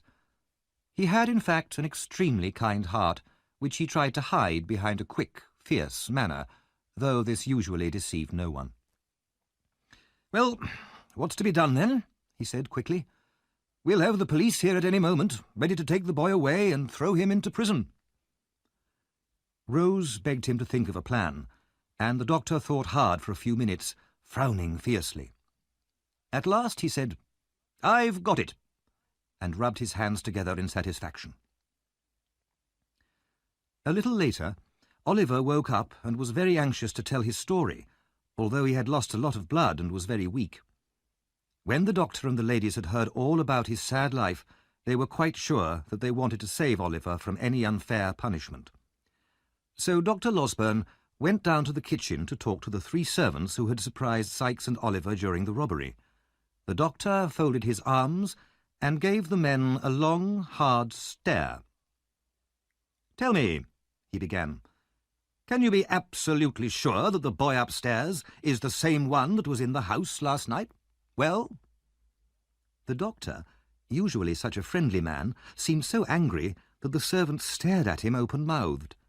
The doctor gave them no time to think and went on fiercely, "3 men see a boy for about a second in the dark in the middle of a lot of smoke and noise. A boy comes to the same house the next day, and because one arm is injured, they think he must be the robber. Are you going to swear that this is the same boy? Well, what do you say?" he finished impatiently. The servants looked at each other in great confusion. Suddenly there was a ring at the gate. The police officers had finally arrived. Dr. Losberne gave orders that plenty of beer should be served before the officers went up to see Oliver. He also made sure that the servants had a generous amount of beer too. When the officers were finally allowed to see Oliver, Dr. Losberne said, "This is a boy who was shot this morning while walking on a farmer's property where he shouldn't have been.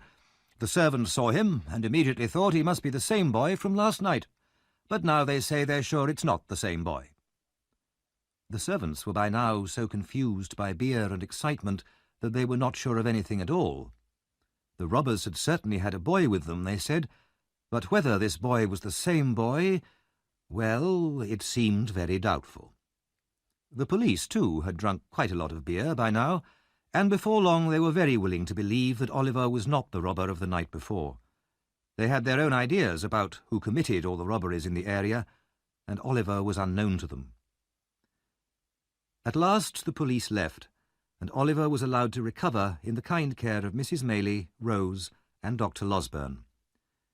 It was several weeks before he was well enough to get out of bed, but then he quickly grew stronger, and every day told his rescuers how grateful he was. One thing, however, caused him unhappiness. He wanted to find Mr. Brownlow, the kind old man who had looked after him in London. "Mr. Brownlow would be pleased to know how happy I am now," he said. So when Dr. Losberne offered to take Oliver to London to see Mr. Brownlow, the boy was very pleased. They set out by coach one fine morning, and when they arrived in London, they went straight to Mr. Brownlow's house. Oliver's heart beat with excitement as they stopped outside. But the house was empty. They were told by the people next door that Mr. Brownlow had moved to the West Indies 6 weeks before. Oliver was very disappointed. He had thought about Mr. Brownlow so much recently, and had always hoped to find him again. But now the kind old man had moved abroad, still believing Oliver was a lying thief, and he might hold this belief until the day he died. This was a bitter disappointment to Oliver, but his new friends were still as kind to him as ever. They left the house in Chertsey and moved to a quiet cottage in the country, taking Oliver with them. Spring came, and in the fresh air, away from the noise and smoke and trouble of the city, Oliver began a new life. He went for walks with Rose and Mrs. Maylie, or Rose read to him, and he worked hard at his lessons. He felt as if he had left behind forever the world of crime and hardship and poverty.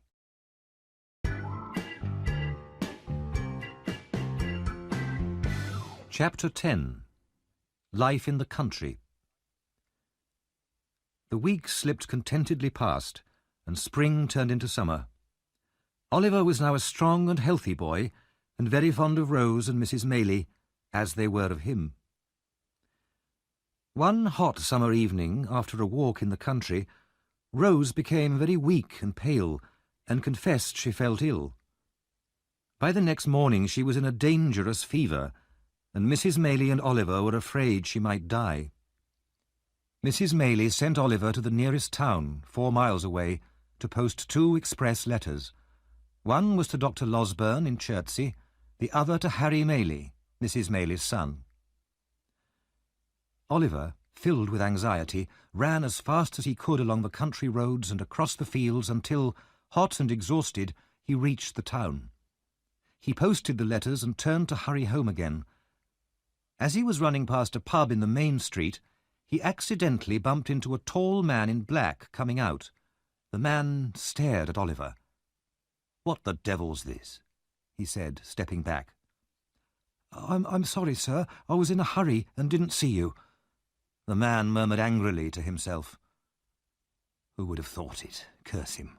I can't get away from him." I'm sorry, sir," repeated Oliver, frightened by the man's wild, staring eyes. "The devil break your bones," the man said through his teeth. "What are you doing here?" He raised his hand and started towards Oliver with a mad look in his eyes, but fell violently to the ground, shaking and gasping in a fit. People hurried up and helped the man into the pub, while Oliver, thinking that the man was mad, ran quickly home. Mrs. Maylie and Oliver passed a sleepless night, and Rose grew steadily worse as the fever burned in her. Oliver said every prayer he had ever learnt 10 times over. Late the next day, Dr. Losberne and Harry Maylie arrived, and the house was full of worried faces and anxious whispers. But the danger passed, and by the next night Dr. Losberne was able to announce that though seriously ill, Rose would not die. Oliver cried for joy. A day or 2 later, Mrs. Maylie talked privately to her son. Harry was a handsome young man of about 25, with a cheerful, honest face and friendly manners. He was clearly very fond of Rose. "I know that you want to marry Rose," Mrs. Maylie told her son, "and she is the nicest person I know. But I want you to remember one thing. Her birth." "Mother, that means nothing to me," said the young man. "I love her." "I know you do, Harry, but she herself is well aware of her doubtful birth, and this might affect her answer if you ask her to marry you. I know you have ambitions to enter politics. If you marry a woman with a stain on her name, even though it's not her fault, it might spoil your chances of success in life. Society is cruel, Harry. People might use the knowledge of your wife's doubtful birth against you, and against your children too, and one day you might begin to regret your marriage." "Only a selfish man would do that, Mother," Harry answered impatiently. "No, I am quite determined. I have loved Rose for a long time, and nothing will ever change that." Mrs. Maylie sighed. "And she, I know, is very fond of you. But she herself may try to protect you and refuse an offer of marriage from you for your sake. Remember that, Harry. But now I must go back and sit with her." "Will you tell her how much I've worried about her?" asked Harry. "And how anxious I am to see her again?" "Of course I will," replied Mrs. Maylie. Some days after this conversation, Oliver was sitting in the room where he studied in the evenings. It was a warm night, and he'd been studying hard for some hours. He fell asleep at his desk and started dreaming. He dreamt that he was in Fagin's house again, and could see the old man sitting in his corner whispering to another man. "Yes, my dear," he heard Fagin say. "You are right. That's him." In Oliver's dream, the other man answered, "Of course it is. I told you I'd seen him. I'd recognise him anywhere. If I walked across his unmarked grave, I'd know it was him buried under the ground." He said this with such hatred that Oliver woke up from fear. In front of him, at the open window, so near he could almost touch them, were Fagin and the strange wild man he had bumped into outside the pub in the town. In a flash, they were gone. Oliver sat still, white with terror, for a second, then shouted loudly for help. Harry and Dr. Losberne came running, and hearing what had happened, they rushed outside into the night and searched the garden and the fields around. There was no sign of anybody. "It must have been a bad dream, Oliver," said Harry, breathless after running through the fields. He had heard all about Oliver's past from his mother. "No," replied Oliver, still frightened. "I saw them both as plainly as I see you now."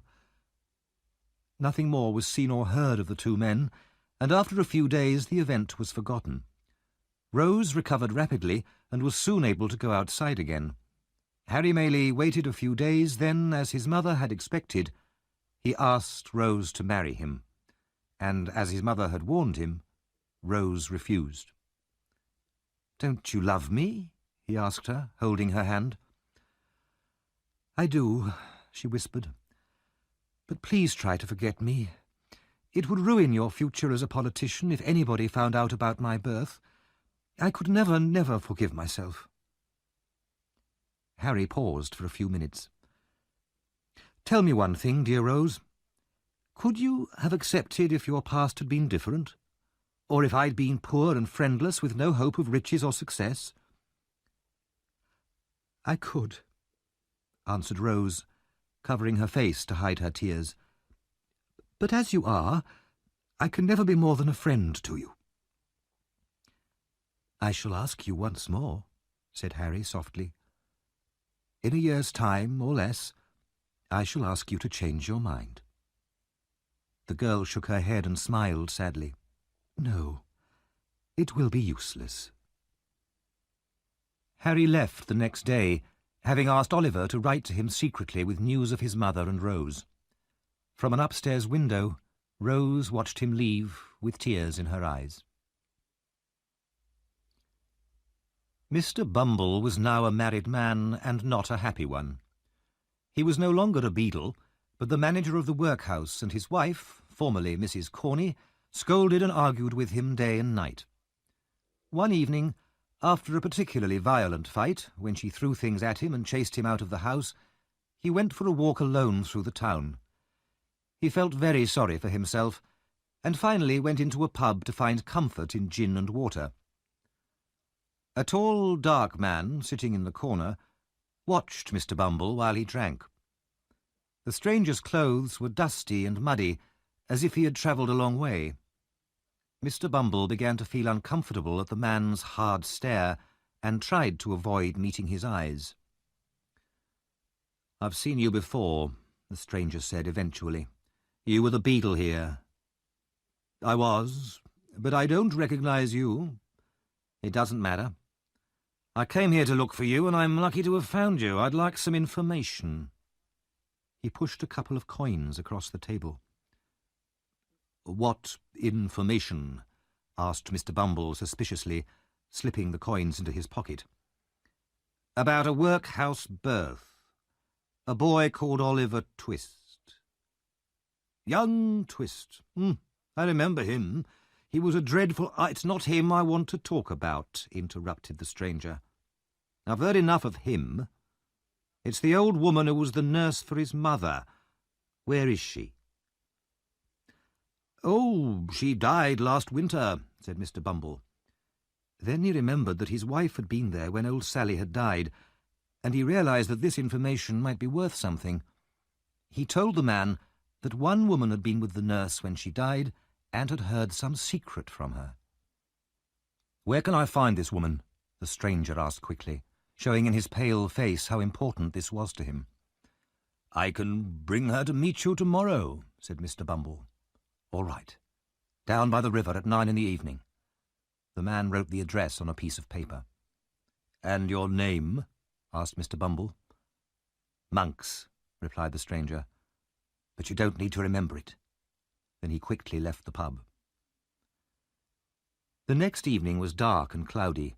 A storm threatened, and already the first drops of rain were falling. Mr. and Mrs. Bumble walked up the main street of the town, then turned towards a group of ruined old houses next to the river. Mr. Bumble went first, carrying a dim light, and his wife followed closely behind. At the oldest and most ruined building, they stopped, and Mr. Bumble took out his piece of paper. The first distant crash of thunder shook the air, and the rain began to pour down heavily. Then they heard Monks calling out of an upstairs window. "Is that the man?" Mrs. Bumble asked her husband. "Yes." "Then be careful to say as little as you can. Don't tell him I'm your wife." Monks opened a small door, saying impatiently, "Come in, don't keep me waiting." Mr. Bumble was only brave when dealing with poor, helpless people. He felt very uneasy about entering this dark building with an ill-tempered stranger. However, he was equally afraid of his wife. Nervously, he followed her through the door. Inside, Monks stared at Mrs. Bumble for some time. "So this is the woman, is it?" "Yes," replied Mr. Bumble cautiously. As they walked upstairs, there was a bright flash of lightning outside, followed by loud thunder. They sat down at the table, and Monks started immediately. "So you were present when the old woman died, is that right? And she told you something?" He stared at Mrs. Bumble again.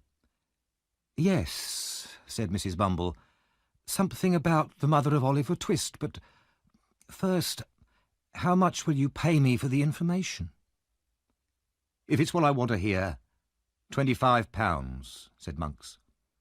"But it's a lot of money for something which has been lying dead for 12 years. Reluctantly, he pushed the money across the table towards her, then bent forward to listen. The faces of the three nearly touched, as the two men leant over the table to hear what the woman had to say, and the woman leant over towards them so that they could hear her whisper. In the dim lamplight their faces looked pale and ghostly. "The old woman, who was the nurse, died with only me in the room," said Mrs. Bumble. "No one else was there?" asked Monks fiercely. "No one." "Good," said Monks. "Go on." "She spoke about a young woman who had given birth in the same bed some years before. The child was Oliver Twist, and this nurse had robbed the child's mother." "Robbed in life?" asked Monks.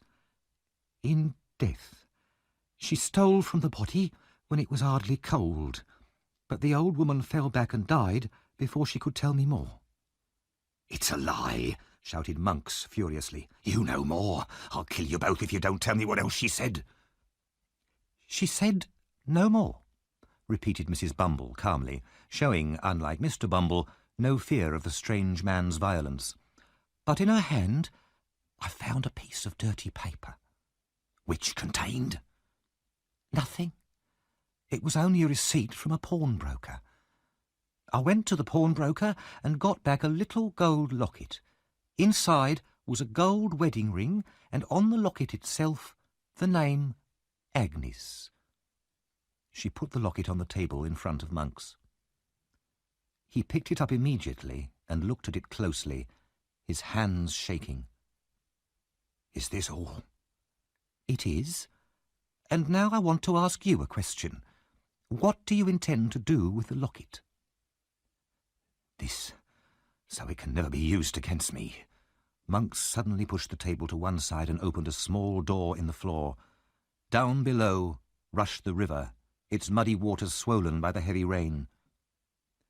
"If you threw a man's body down there, where would it be tomorrow?" asked Monks.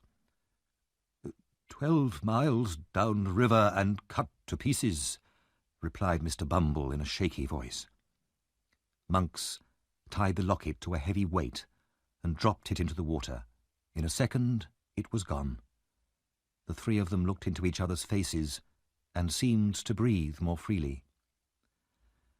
"Now we have nothing more to say," said Monks, with a threatening look at Mr. Bumble. "And nothing to say to anyone else either. Do you understand?" "Certainly," said Mr. Bumble very politely.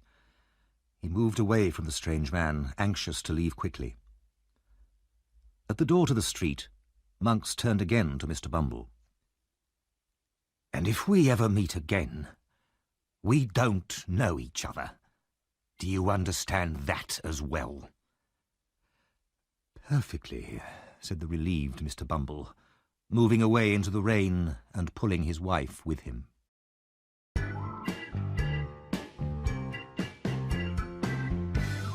Chapter 11. Nancy makes a visit. On the evening after the Bumbles' little business meeting, Mr. Bill Sikes, waking from a sleep, called out to ask the time. The room he was lying in was very small and dirty. It was a different room from the one he had occupied before the Chertsey expedition, but it was in the same poor part of London. There were so few possessions or comforts in the room that it was clear Mr. Sikes had met hard times. He himself was thin and pale from illness, and was lying on the bed, wrapped in an old coat. The white dog lay on the floor next to him. Seated by the window was Nancy, repairing Sikes' old jacket. She too was thin and pale. At Sikes' voice, she raised her head from her work. "Not long past 7, she said. "How do you feel now, Bill?" As weak as water. Help me get up, will you? As Nancy helped him out of bed, Sikes swore and cursed at her clumsiness. Illness had not improved his temper. "You wouldn't speak like that if you knew how kindly I'd nursed you these last few days," said Nancy. "So many nights I've looked after you." She sat down in a chair, exhausted. Get up, shouted Sikes. What's wrong with you? But Nancy was unable to get up. Her head fell back against the chair and she fainted. Sikes swore and cursed again, but Nancy remained unconscious. "What's the matter here?" asked a voice from the door, and Fagin, followed by the artful Dodger and Charlie Bates, entered the room. When they saw Nancy, they hurried to help her. Charlie rubbed her hands, and the Dodger gave her a drink from the bottle he carried. Gradually, Nancy recovered her senses. Sikes then turned to Fagin. "What are you here for?" he asked roughly. "You haven't been here for weeks, all the time I was ill. I haven't 2 coins to rub together. Why didn't you help me? You treat me worse than a dog." "Don't be bad-tempered, my dear," said Fagin calmly. "I haven't forgotten you, Bill." "Well, what about some money, then? I've done enough work for you recently. What about some money?" "I haven't a single coin with me, my dear," said Fagin. "Then go and get some. You've got lots at home." "No, I don't trust you." "Nancy can go back with you to your house and fetch some money. I'll stay here and sleep." After a good deal of arguing, Fagin managed to reduce the amount Sikes was demanding from £5 to £3. He went back to his house with Nancy and the boys. When they were inside, Fagin told the girl, "I'll just go upstairs and fetch the cash for Bill, my dear. There's little money in this business, Nancy, little money and no thanks, but I'm fond of seeing the young people around me." Suddenly there was a man's voice at the front door. As soon as Nancy heard it, she sat up in her chair. "That's the man I was expecting earlier," said Fagin. "Don't worry, he'll only be 10 minutes. The man entered the room. It was Monks. When he saw Nancy, he moved back, as if he had expected no one but Fagin.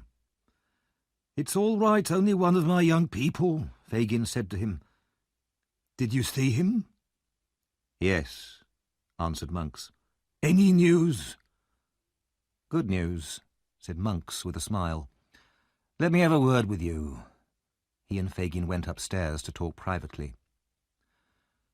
As soon as they had left the room, Nancy took off her shoes and crept silently up the stairs to listen in the passage, as she had done once before.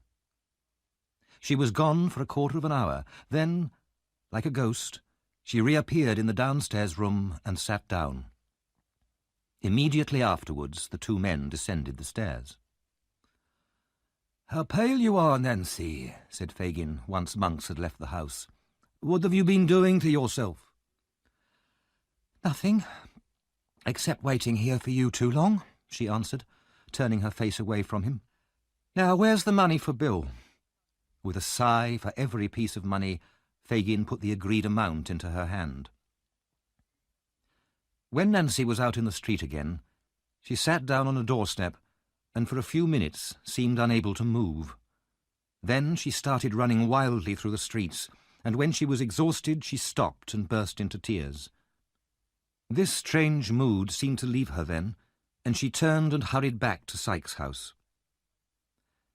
At first, when she returned, Sykes noticed nothing unusual about her.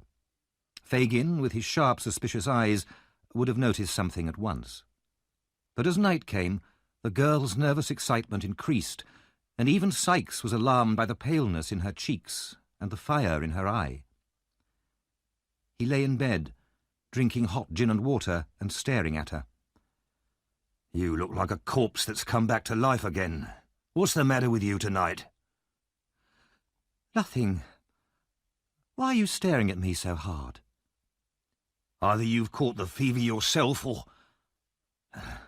No, you're not going to... You wouldn't do that. Do what? Asked the girl. There's not a girl alive as loyal as you. If you weren't, I'd have cut your throat months ago. No, you must have the fever coming on, that's it. Now, give me some of my medicine. Nancy quickly poured out his medicine with her back to him. He took it, and after turning restlessly for some time, he eventually fell into a deep, heavy sleep. The drug's taken effect at last, Nancy said to herself as she rose from her position beside the bed. I hope I'm not too late. Quickly, she put on her coat and hat, looking round fearfully as if she expected at any moment to feel Sykes' heavy hand on her shoulder. She kissed the robber's lips softly, then ran from the house without a sound. She hurried in the direction of West London, pushing past people on the pavement and running across crowded streets without looking. The woman is mad, said the people, turning to look at her as she rushed past them. She came to a wealthier part of the town, where the streets were quieter, and before long she had reached her destination. It was a family hotel in a quiet street near Hyde Park. The clock struck 11 as she entered. The man at the desk looked at her and asked, "What do you want here?" "I want to see Miss Maylie." The man looked at the young woman with strong disapproval. "She won't want to see someone like you. Come on, get out." "Let me see her, or two of you will have to throw me out," said Nancy violently. The man looked at her again, and decided it would be easier to do as she asked. He led her upstairs to Rose's room. Nancy entered with a brave face, but with fear in her heart. "Please sit down and tell me why you wish to see me," said Rose Maylie, looking with some surprise at this poor, rough girl from the streets. Rose's manner was so kind and sincere, and so unexpected, that Nancy burst into tears. When she had recovered a little, she asked, "Is the door shut?" "Yes," answered Rose a little nervously. "But why?" "Because I am about to put my life and the lives of others in your hands. I am the girl that kidnapped little Oliver and took him back to old Fagin's house on the night Oliver was going to the bookseller." "You?" said Rose. "Yes, it was me. I am that wicked creature you have heard about. I've no friends except thieves and robbers. I've lived on the street since I was a child, cold, hungry, among people who are always drunk and fighting, and that's where I'll die too." "I pity you," said Rose in a broken voice. "But I'll tell you why I'm here. Do you know a man called Monks?" "No," answered Rose. "He knows you. I heard him tell Fagin that you were at this hotel. Maybe he's changed his name. Soon after Oliver was put into your house on the night of the robbery, I listened in secret to a conversation between Monks and Fagin in the dark. And I heard Monks say that he'd seen Oliver in the street and that he knew at once Oliver was the child he was looking for, although I couldn't hear why. Monks then agreed to pay Fagin some money if he could find Oliver again, and more money if he could turn the poor boy into a thief. Why? Asked Rose. He saw my shadow on the wall as I listened, and I had to escape. I didn't see him again until last night. And what happened then? I listened at the door again, and I heard Monks say this: "So the only proof of the boy's identity is at the bottom of the river, and the old woman who received it is dead." He and Fagin laughed. Then Monks said that he had all Oliver's money safely now, but how funny it would be if the boy went to prison for stealing after his father's unfair will. "What is all this?" asked Rose. "It's the truth, lady. Then Monks said he couldn't have Oliver killed because suspicion would point to himself, but he'd try for the rest of his life to harm the boy if he could. Then Monks laughed again about the money Oliver should have got from his father's will. 'My young brother, Oliver, will never see that money,' he said." "His brother?" exclaimed Rose. "Those were his words," said Nancy, looking round uneasily, as if she still expected to see Sikes. "And then he talked about how amazed you would be if you knew who Oliver really was." "And this man was serious?" "His voice was full of anger and hatred. I know many people who do worse things, but I'd rather listen to all of them than to this man Monks. But I must get back now, or people will wonder where I've been." "Back? "How can you go back to such a life?" asked Rose. "You've told me all this. Now I can help you by letting you stay somewhere safe." "No. Perhaps it's hard for you to believe, but there's one man, the most dangerous of them all, that I can never leave. You're the first person who's ever spoken to me so kindly, but it's too late." "It's never too late." "It is," cried the girl. "I can't leave him now. And if I tell anyone about this man, he'll die." "But how can I find you again when we want to investigate this mystery further?" "I'll meet you secretly, if you promise not to watch or follow me," said Nancy. "And if you promise just one more thing, not to do anything to hurt the man I can never leave." "I promise." "Every Sunday night, between 11 and 12, I will walk on London Bridge if I am alive. Meet me there if you want more information." As Nancy said these words, she left the room and ran down the stairs and out into the street once more. Rose was left alone, her thoughts in great confusion, as she wondered desperately what to do and who to ask for advice. The next morning, Oliver, who had been out walking, ran into Rosie's room at the hotel. He was breathless with excitement. "I can't believe what I've seen. Now you'll all know that I've told you the truth," he shouted. "I know you've always told us the truth, but what are you talking about?" asked Rose. "I've seen Mr. Brownlow, the kind man who was so good to me." "Where?" "Going into a house," said Oliver, crying with joy. "I've got the address here." "Quick," said Rose, "call a coach. I'll take you there immediately." The idea came to Rose that perhaps Mr. Brownlow would advise her.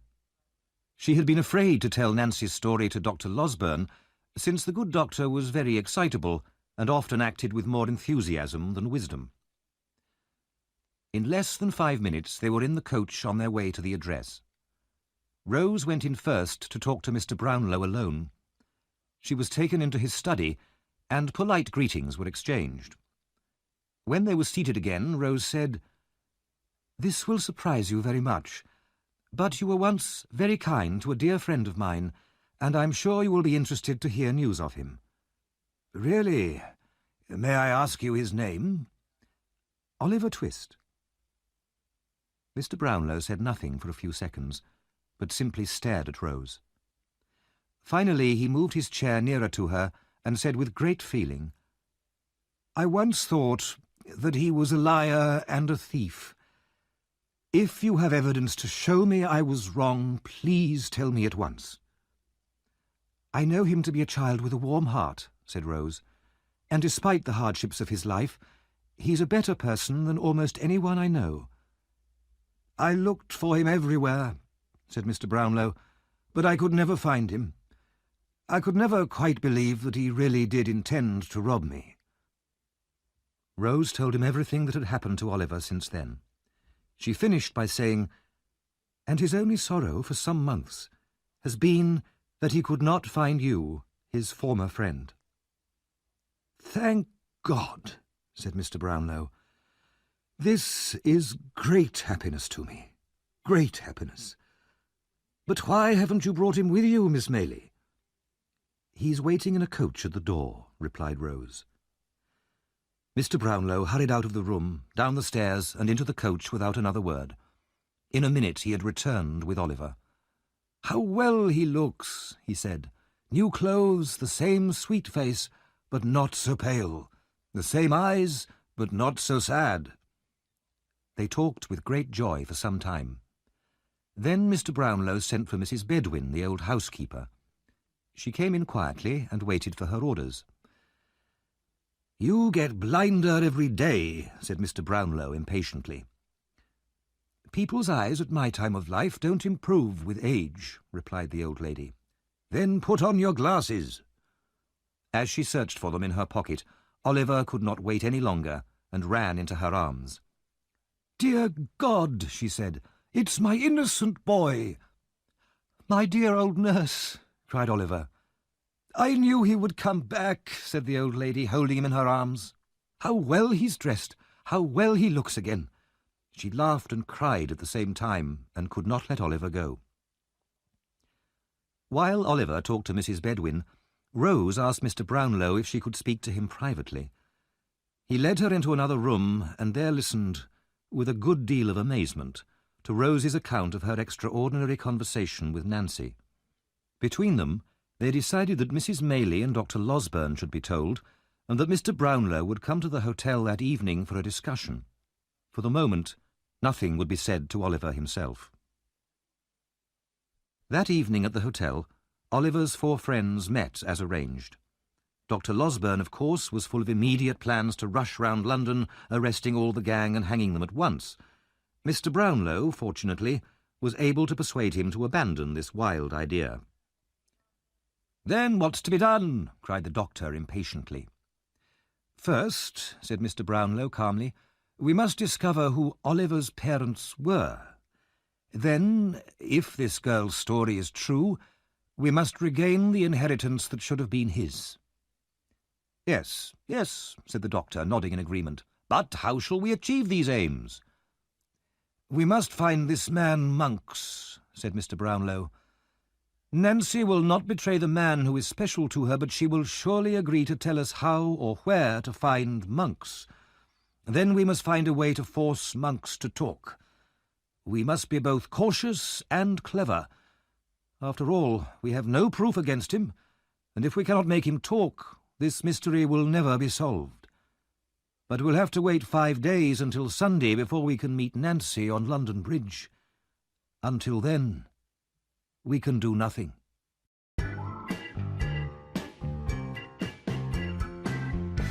Chapter 12. Nancy keeps an appointment. On exactly the same night as Nancy had met Rose Maylie, 2 people from Oliver's hometown were making their way towards London. Their progress was slow, since they travelled on foot, and in addition the girl was carrying a heavy bag on her back. The young man carried nothing. From time to time he turned to shout at the girl behind him. "Hurry up! What a lazy creature you are, Charlotte! I'll come and give you a kick if you don't move faster."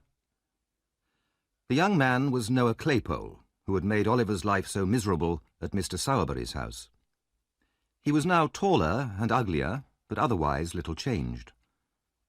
He and Charlotte had grown tired of the undertaking business, and had set off to London to start a new life, with all the money from Mr. Sowerberry's shop in their pockets. Eventually they entered London, and Noah began to look for a quiet, cheap pub where they could spend the night. Charlotte followed obediently at his heels as they walked through a district of narrow, dirty streets. At last Noah found a pub that he thought was suitable. It was dark and dirty, with a few rough-looking men in the bar. They entered and asked for a room for the night and a meal of cold meat and beer, which they ate in the bar. The beer made Noah talkative, and he began to boast. "So it's no more coffins for us, my girl. We can do better than just robbing Mr. Sowerberry. In London there are pockets, houses, coaches, even banks." "I like the sound of it, Noah, but how are we going to do all this?" asked Charlotte. "We can meet people who know about these things. I'd like to be the leader of some gang if there's a good profit to be made in that kind of work." Noah felt very pleased with himself and looked forward to an easy life of crime in the capital. They talked about their plans for a few minutes. Then a stranger, who had been sitting unseen round the corner, came up to them. The stranger was Fagin. He greeted them in a very friendly and cheerful way, sat down with them, and immediately ordered more beer for Noah. "That's good beer," said Noah, already a little drunk. He thanked the stranger for the drink. "Expensive too," said Fagin. "If you drink that every day, my dear, you'll need to empty pockets, houses, coaches, even banks." When he heard his own words repeated, Noah went pale with terror. The stranger must have heard everything, even how they had robbed Mr. Sowerberry. "Don't worry," laughed Fagin, pulling his chair closer. "You're lucky it was only me who heard you." "I didn't take it," said Noah quickly. "It was the woman who did it." "It doesn't matter who did it, my dear," replied Fagin, looking quickly at Charlotte, "because I'm in that business myself, and the people in my house as well. I can introduce you to the right people if you're interested. You both look like good workers." Charlotte and Noah felt a mixture of fear and pleasure. "What would you want me to do?" asked Noah. "Something light, if possible," he added. "What about spying on people?" asked Fagin. "Or robbing young children who are going shopping for their mothers? That's light work and easy." Noah laughed. "That sounds like just the thing for me. And what will I earn for this work?" "You can live free in my house and give me half of what you earn." After further discussion, and the transfer of Mr. Sowerberry's money from Noah's pocket to Fagin's, agreement was reached. The next day, Noah and Charlotte went to live in Fagin's house and began to be instructed in their new profession. Although training and experience had made Nancy an expert liar, she could not completely hide the fear in her mind. She knew she had taken an enormous risk in going to see Rose Maylie. If Fagin or Sykes ever found out. But she pushed these fears away. She was determined to keep her promise to Rose Maylie and meet her as arranged. On the first Sunday night after her meeting with Rose, she was in Sykes' room when the clock struck 11. Fagin was there too, discussing some business with Sykes. Nancy stood up and put on her coat. Sykes watched her, surprised. "Nancy, where are you going at this time of night?" "Not far." "What kind of answer is that? Where are you going?" "I don't know," replied the girl. "Then I do. Nowhere. Sit down." "I'm not well. I want a breath of air." Sykes got up and locked the door. "Let me go," said the girl with great force. "Just for 1 hour. Let me go." Sykes seized her arms roughly. "The girl's gone mad." Nancy fought wildly, and Sykes had to hold her down in a chair. She continued to scream and fight until midnight, when, exhausted and tearful, she stopped struggling. She went into another room and threw herself on a bed. "She's a strange girl," Sykes said to Fagin, shaking his head. "Why did she suddenly decide to go out tonight? I thought that after all these years I'd finally tamed her. She must be ill. Perhaps she's still got a bit of fever." "That must be it," said Fagin, nodding thoughtfully. As he walked home, Fagin's eyes were sharp with suspicion. He had suspected for a while that Nancy had become tired of Bill Sykes' brutality and violence, and that she had found a new friend to take his place. Her manner was different. She often left home alone, and she seemed less interested in the gang. And tonight, her desperate impatience to go out at a particular hour. He was certain he was right. He began to make plans.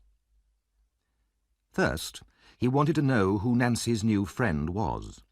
He could make him a valuable new member of the gang, with Nancy as his assistant. But there was another, darker reason. Fagin, too, had become tired of Sykes. Sykes knew too much, too many dangerous secrets about Fagin himself. Fagin distrusted everybody, but he hated and distrusted Sykes most of all. It would be very convenient if Sykes could be removed. With a little persuasion, Fagin thought, perhaps the girl would poison Sykes. Suddenly his eyes narrowed in delight. Yes, first I must have her watched and find out who her new man is. Then I shall threaten to tell Sykes everything. She knows that neither she nor her new man will ever be safe from Sykes' violent jealousy. She will have no choice except to do as I ask her. And then, once the murder is done, she will be in my power forever. Early next morning, Fagin called the newest member of his gang.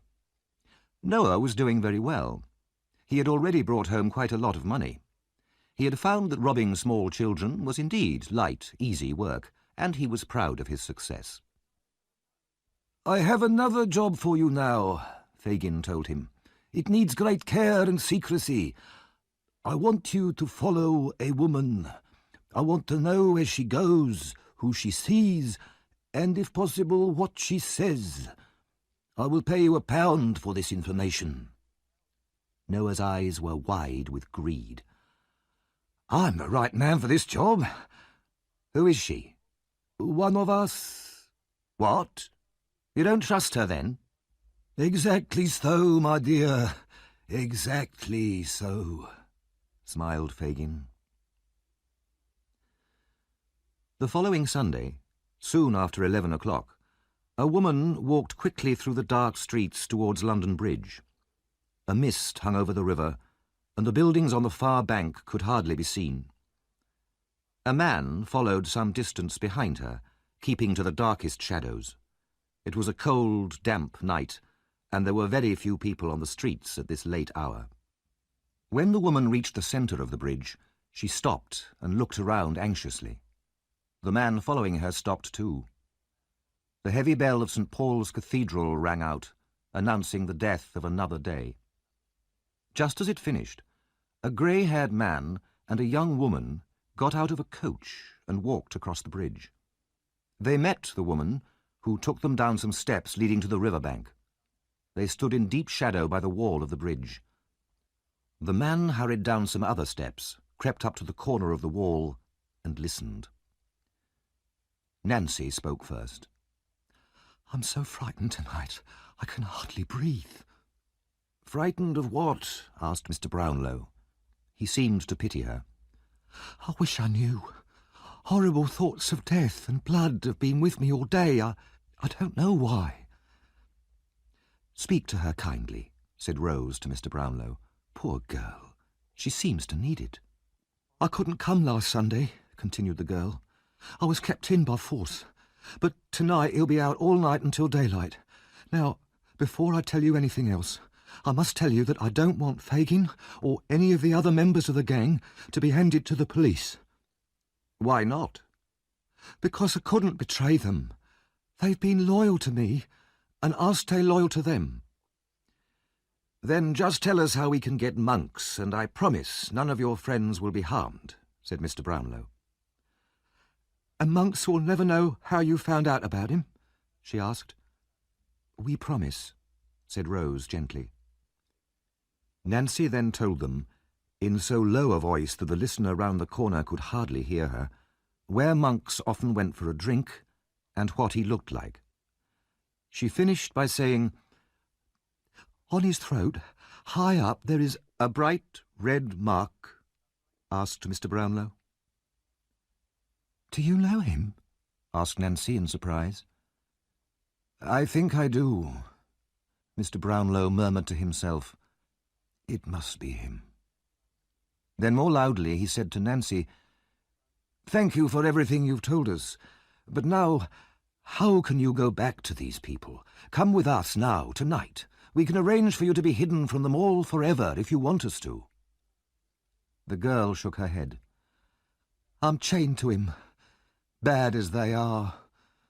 I've gone too far to change my life now." She looked nervously over her shoulder.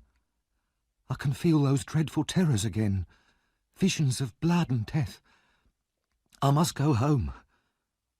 Mr. Brownlow and Rose could not persuade her to change her mind.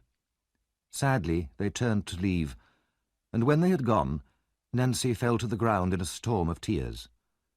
Meanwhile, Noah Claypole, amazed by all that he had heard, crept up the steps and ran for Fagin's house as fast as his legs could carry him. Some hours later, nearly 2 hours before dawn, Noah lay asleep in Fagin's house, but Fagin sat silently by a dead fire, staring at the flame of a candle on the table beside him. With his pale, wrinkled face and his red, staring eyes, he looked like a devil out of hell. Hatred ran like poison through his every thought. Hatred for the girl who had dared to talk to strangers, who had ruined his plan to get rid of Sykes. He did not believe her promise not to betray him, and he feared that he would now be caught and hung. Just before dawn, Sykes entered the room, carrying a bundle which contained the results of his night's work. Fagin took what Sykes gave him, then stared at the robber for a long time without speaking. "Why are you looking at me like that?" asked Sykes, uneasy at the old man's strange expression. Fagin raised his hand, but his passion was so great that he could not speak. "Say something, will you?" shouted Sykes, placing his huge hand on Fagin's collar and shaking him in his anger and fear. "Open your mouth and say what you've got to say." Eventually, Fagin found his voice. "Bill, what would you do if one of the gang went out at night and told someone all about us and what we'd done? What would you do to him?" "I'd smash his head into little pieces," said the robber, swearing violently. "And what if it was me, who knows so much about all of us and could put us all in prison and get us all hanged?" whispered Fagin, his eyes flashing with hate. "I'd beat your brains out in public. Even in the law court I'd run over and kill you with my bare hands," said Sykes, showing his teeth in his anger. "I don't care who it was, that's what I'd do." Fagin woke Noah. "Tell Bill what you told me, what you saw, what she did. Tell him." Noah rubbed the sleep from his eyes and told Sykes everything. His face white with passion, Sykes listened to the end, then, swearing furiously, he rushed from the room and down the stairs. "Bill," Fagin called after him, "you won't be too violent." Sykes made no reply, but pulling open the door, ran out into the silent streets. He did not turn his head to right or left, but looked straight in front of him with wild determination. He ran at great speed, his eyes on fire, his teeth tight together, and did not pause until he reached his own door. He ran up to his room, entered, and locked the door, put a table against it, then woke Nancy. "Bill," she said, pleased to see him. But when she saw his expression, the colour went out of her face. "What's the matter?" she said in alarm. "You know what?" Sykes took out his gun, but realizing even in his madness that a shot might be heard, he beat her twice across the face with it, as hard as he could. She fell, with a low cry of pain and terror, almost blinded by the blood that flowed from the cut on her forehead. The murderer staggered to a corner, seized a heavy stick, and struck her down.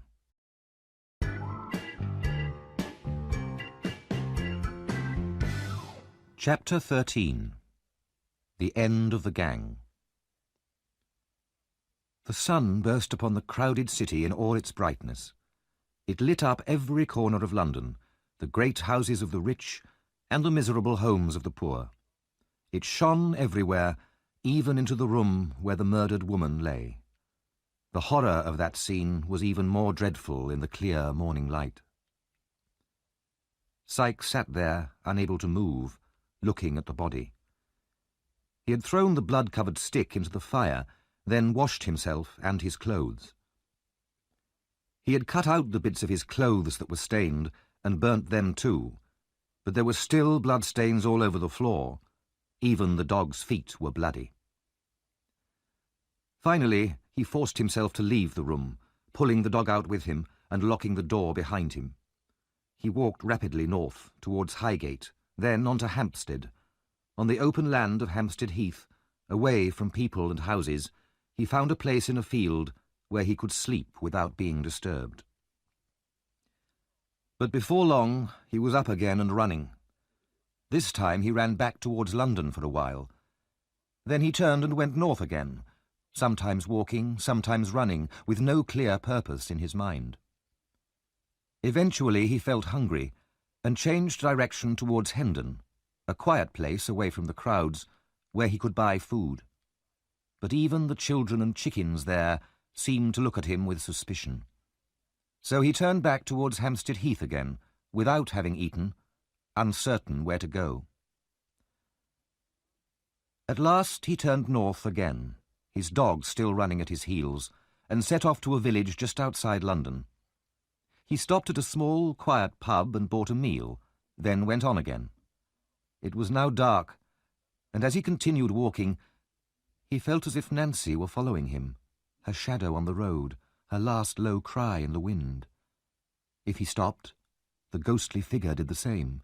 If he ran, it ran too, moving stiffly like a corpse. Sometimes he turned, determined to drive the ghost away, but his blood ran cold with terror. Every time he turned, the ghost turned too, and was still behind him. Finally, he found another field where he could hide. He lay down, unable to sleep, his mind filled with visions of the dead girl. Her wide, dead eyes stared at him, watching him through a curtain of blood. Suddenly, he heard shouting in the distance. He jumped to his feet and saw that the sky seemed on fire. Sheets of flame shot into the air, driving clouds of smoke in his direction. He heard an alarm bell and more shouts of fire. Running with his dog across the fields, he joined the crowds of men and women fighting the fire.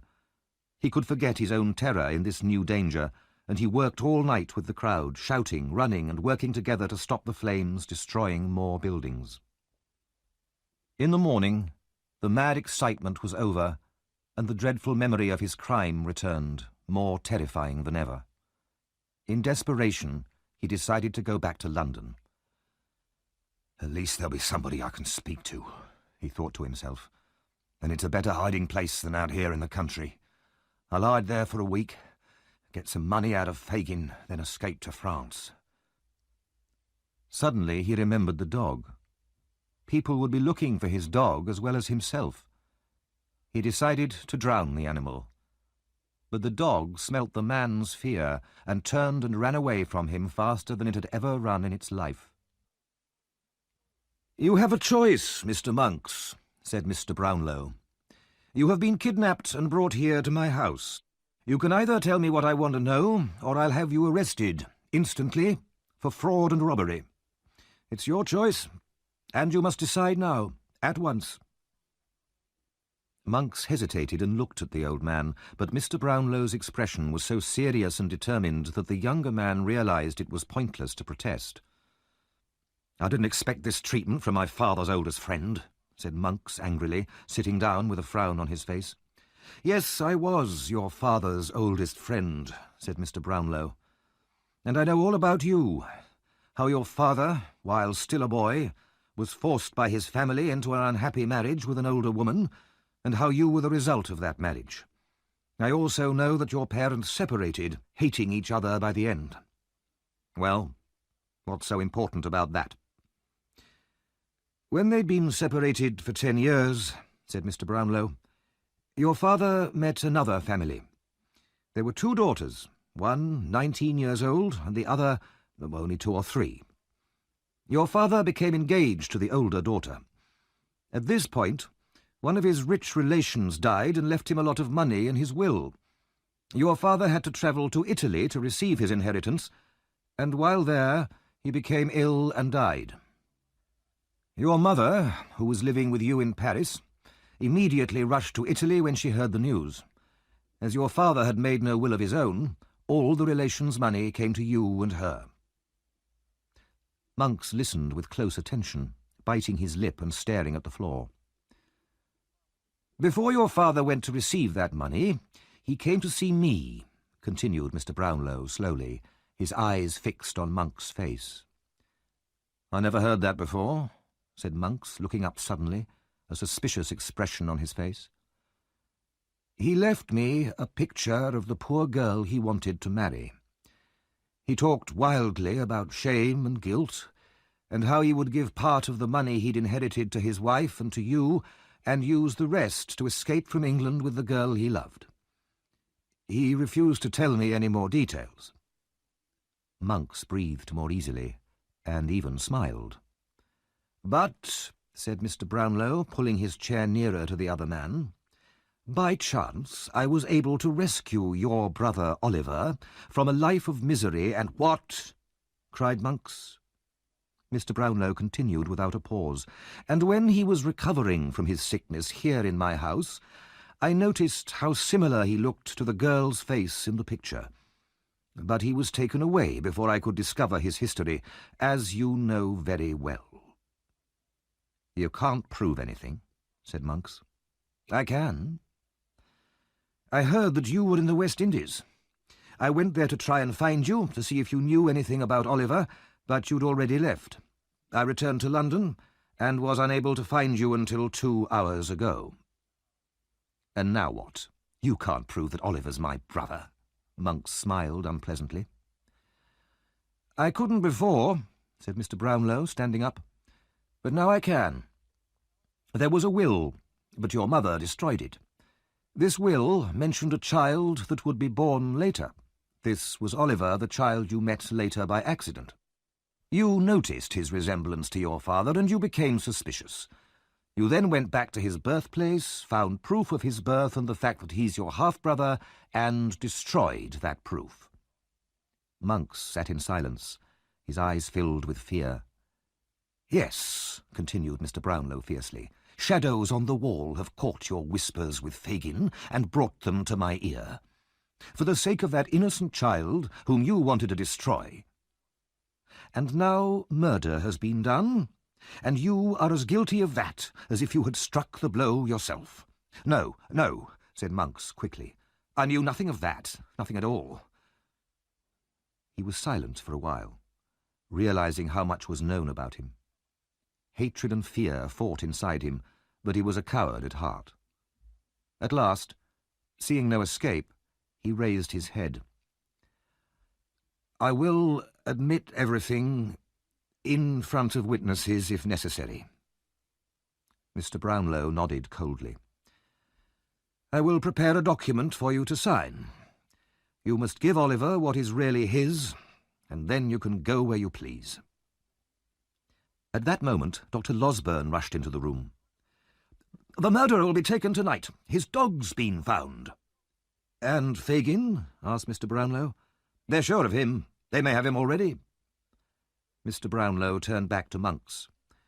Have you made up your mind? Yes, replied Monks. And you promise it'll remain a secret? No police or charges of fraud against me? Yes, said Mr. Brownlow. You have my promise. For now you must remain here, locked in this room. I will come for you tomorrow evening and take you to sign a confession in front of witnesses. Mr. Brownlow then left the room with the doctor, and they eagerly discussed the news of the hunt for the criminals. My blood boils with anger, said Mr. Brownlow. "This poor murdered girl must be revenged. You stay here and guard Monks. I'll go out and get the latest news." The two men parted, each in a fever of excitement. Down by the River Thames was a district called Rotherhithe, one of the dirtiest and roughest places in London. The houses next to the river had no owners. They were broken down and ruined, but could be defended against attack. In an upper room of one of these houses were 3 members of Fagin's gang. "When was Fagin taken, then?" asked the man called Toby. 2 o'clock this afternoon. Charlie and I escaped up the chimney, but Noah was caught. Bet went to see Nancy, and when she saw the body, she started screaming and wouldn't stop. She's been taken to hospital." "What's happened to Charlie Bates?" "He'll come here when it's dark. It's too dangerous now." "We're in trouble," said Toby. "Fagin's going to hang, that's certain." "You should have seen him when he was caught," said another robber. "The police carried him through the crowd, while all the people jumped at him, screaming and trying to attack him." Suddenly, Sykes' dog ran into the room. All the robbers rushed out immediately to look for Sykes, but there was no sign of him. They returned to the upstairs room. "I hope he's not coming here," said Toby. "The dog's come a long way," said another man, "covered in mud and tired out." They sat there in silence, wondering where Sykes was. It was already dark when they heard a sudden, hurried knock at the door downstairs. Toby went to the window to look down, then pulled his head back, his face pale with fear. There was no need to tell the others who it was. "We must let him in," said Toby, although none of them wanted to see him. Toby went down to the door and returned, followed by Sykes. White-faced, with a 3-day-old beard, hollow cheeks and staring eyes, Sykes looked like a ghost. No one said a word. "Nothing to say to me?" Sykes asked. The only answer was a low shout of many voices from outside in the distance, coming closer. Lights appeared. Looking out, Sykes saw a stream of people crossing the bridge towards them. Then there was a loud knocking on the door and more shouts from the crowd. "The doors are made of metal and they're locked and chained," said Toby. The 3 robbers watched Sykes nervously, as if he were a wild animal. "Bring a ladder!" shouted some of the crowd below. "Give me a rope, quick," Sykes said to the others. "I'll go the other way, climb down the back and escape over the river. Get me a rope, now, or I'll do 3 more murders." A minute later, Sykes appeared on the roof, and the shouts from the crowd below swelled to a great roar. Then the front door was smashed down and people streamed into the house. Sykes quickly tied the rope around the chimney, then began to tie the other end around himself, ready to lower himself to the ground behind the house. But just as he put the rope over his head, he screamed in terror and threw his arms above his head. He staggered back, slipped, and fell over the edge of the roof. As he fell, the rope tightened around his neck with a horrible jerk. In a second, the murderer was dead, and there he hung, his body swinging gently from side to side. The dog, which had followed its master onto the roof, jumped down towards the lifeless body, missed, and fell dead on the stones below.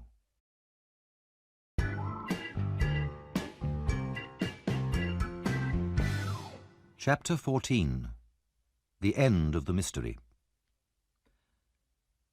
The next day, Oliver travelled with Mr. Brownlow, Dr. Losberne, Mrs. Maylie, and Rose back to his birthplace.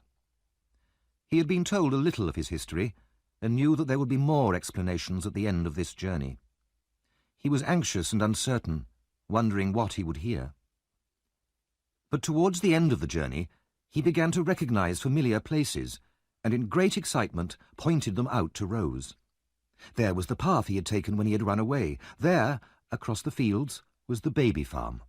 Then, as they drove into the town, he saw the house of Mr. Sowerberry the undertaker, and the workhouse that had been his prison. They stopped at the biggest hotel in the town, and went into their rooms.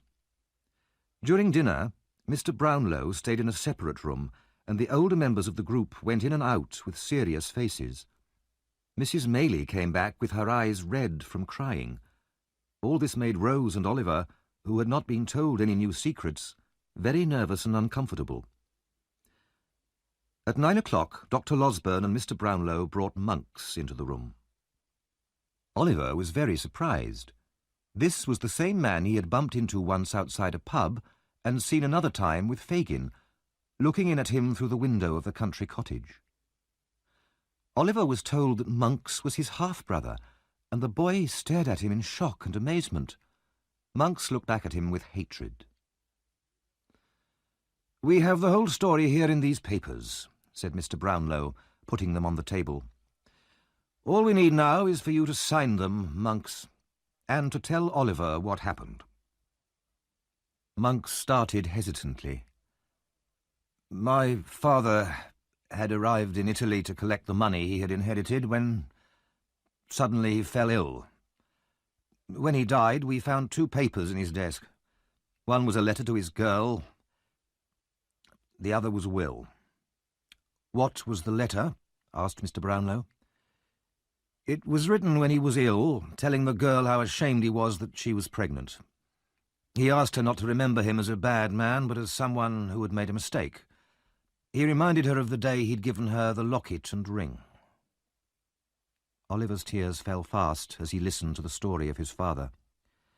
"And what about the will?" asked Mr. Brownlow. Monks was silent. "The will," continued Mr. Brownlow, speaking for him, "was in the same spirit as the letter. He talked of the misery of his marriage to his wife and the evil character of you, Monks, his only son, who had been brought up by your mother to hate him. He left you and your mother an annual income of £800. The rest of his property he left to his girl Agnes and to their child, if it were born alive, and if it showed itself to be of a good, kind character. The money would only go to you, Monks, as the older son, if the younger turned out to be as evil as you." "My mother," said Monks, "burnt this will and never sent the letter. The girl Agnes left her home in secret so that her pregnancy would not bring shame on her family. I swore to my mother, when she was dying, that if I ever found my half-brother, I would do him all the harm I could. He would feel my hatred like a whip on his back. I paid Fagin to trap Oliver into a life of crime, but then he escaped, and that stupid, interfering girl, Nancy, to you. If I'd had the chance, I would have finished what I'd begun." Monks stared at Oliver, and his lips moved in a silent curse. "And the locket and ring?" asked Mr. Brownlow. "I bought them from Mr. and Mrs. Bumble, who had stolen them from the nurse, who had stolen them from Agnes, the dead girl. I've already told you how I threw them into the river." Mr. Brownlow turned to Rose. "I have one more thing to explain," he said to the girl. "I don't know if I have the strength to hear it now," she murmured, "having heard so much already." Mr. Brownlow put his hand under her arm. "You have a great deal of courage, dear child," he said kindly. He turned to Monks. "Do you know this young lady, sir?" "Yes."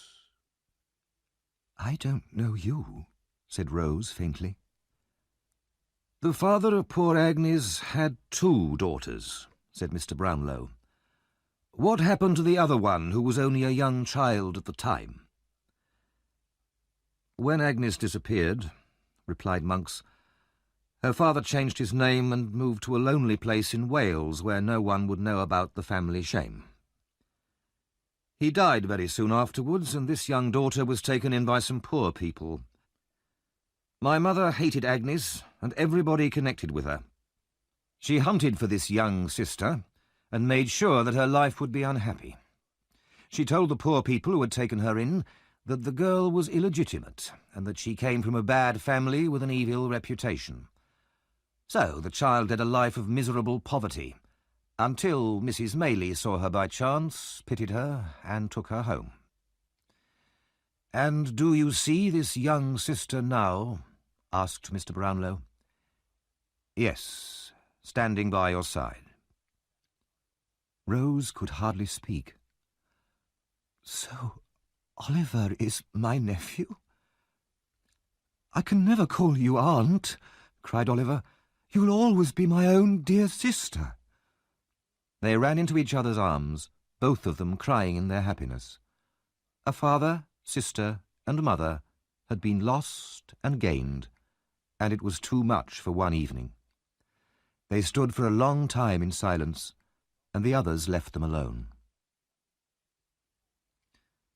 The court was full of faces. From every corner all eyes were on one man, Fagin.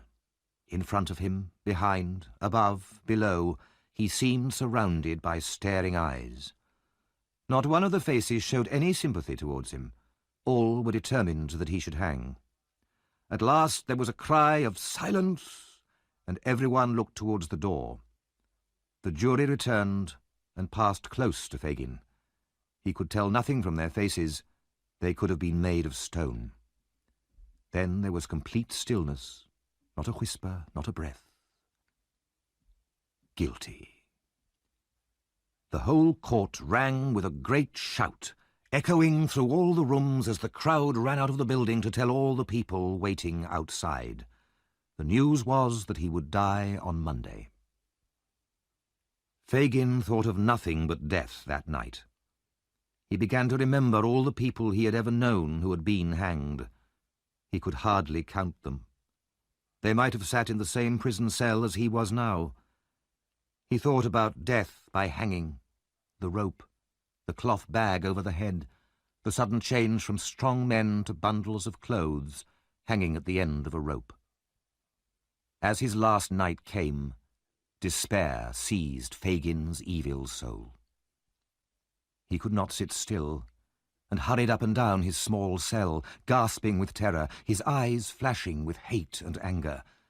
Then he lay trembling on his stone bed and listened to the clock striking the hours. Where would he be when those hours came round again? In the middle of that Sunday night, Mr. Brownlow and Oliver were allowed to enter the prison. Several strong doors were unlocked, and eventually they entered Fagin's cell. The old robber was sitting on the bed, whispering to himself, his face more like a trapped animal's than a human's.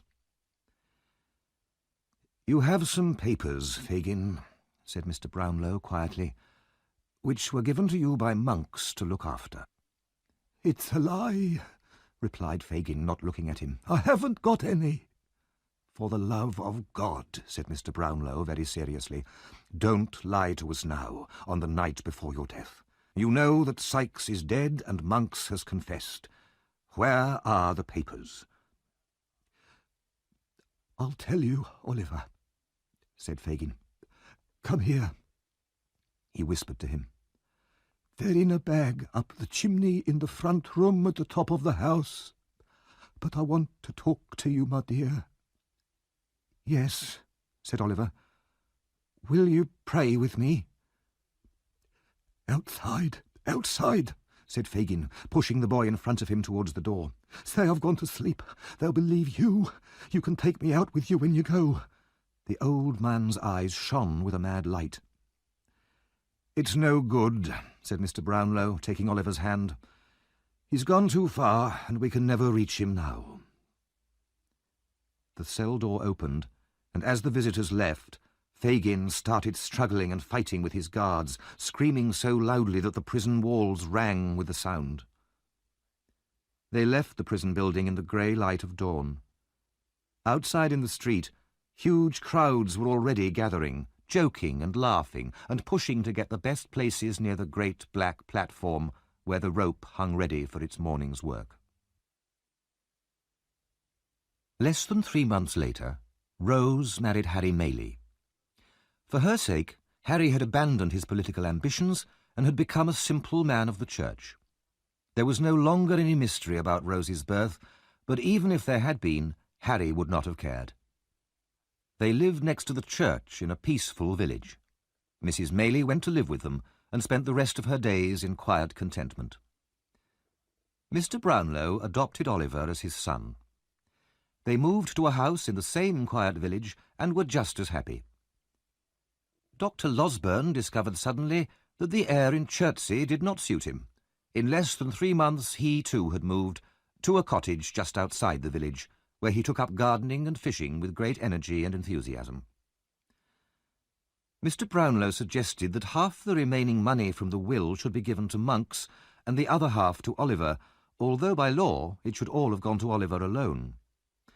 Oliver was glad to accept the suggestion. Monks went off with his money to the other side of the world, where he spent it quickly and was soon in prison for another act of fraud. In prison, he became ill and died. The remaining members of Fagin's gang died in similar ways in other distant countries, all except Charlie Bates, who turned his back on his past life of crime and lived honestly as a farmer. Noah Claypole was given a free pardon for telling the police about Fagin. He soon became employed as an informer for the police, spying on people and telling the police about anyone who had broken the law. Mr. and Mrs. Bumble lost their jobs and became poorer and poorer, eventually living in poverty in the same workhouse that they had once managed. In that quiet country village, the years passed peacefully. Mr. Brownlow filled the mind of his adopted son with knowledge, and as he watched the boy grow up, he was reminded more and more of his old friend, Oliver's father. The 2 orphans, Rose and Oliver, led lives that were truly happy. The hardships that they had once suffered had left no bitterness in their gentle souls, and all their lives they showed the mercy and kindness to others that God himself shows to all things that breathe.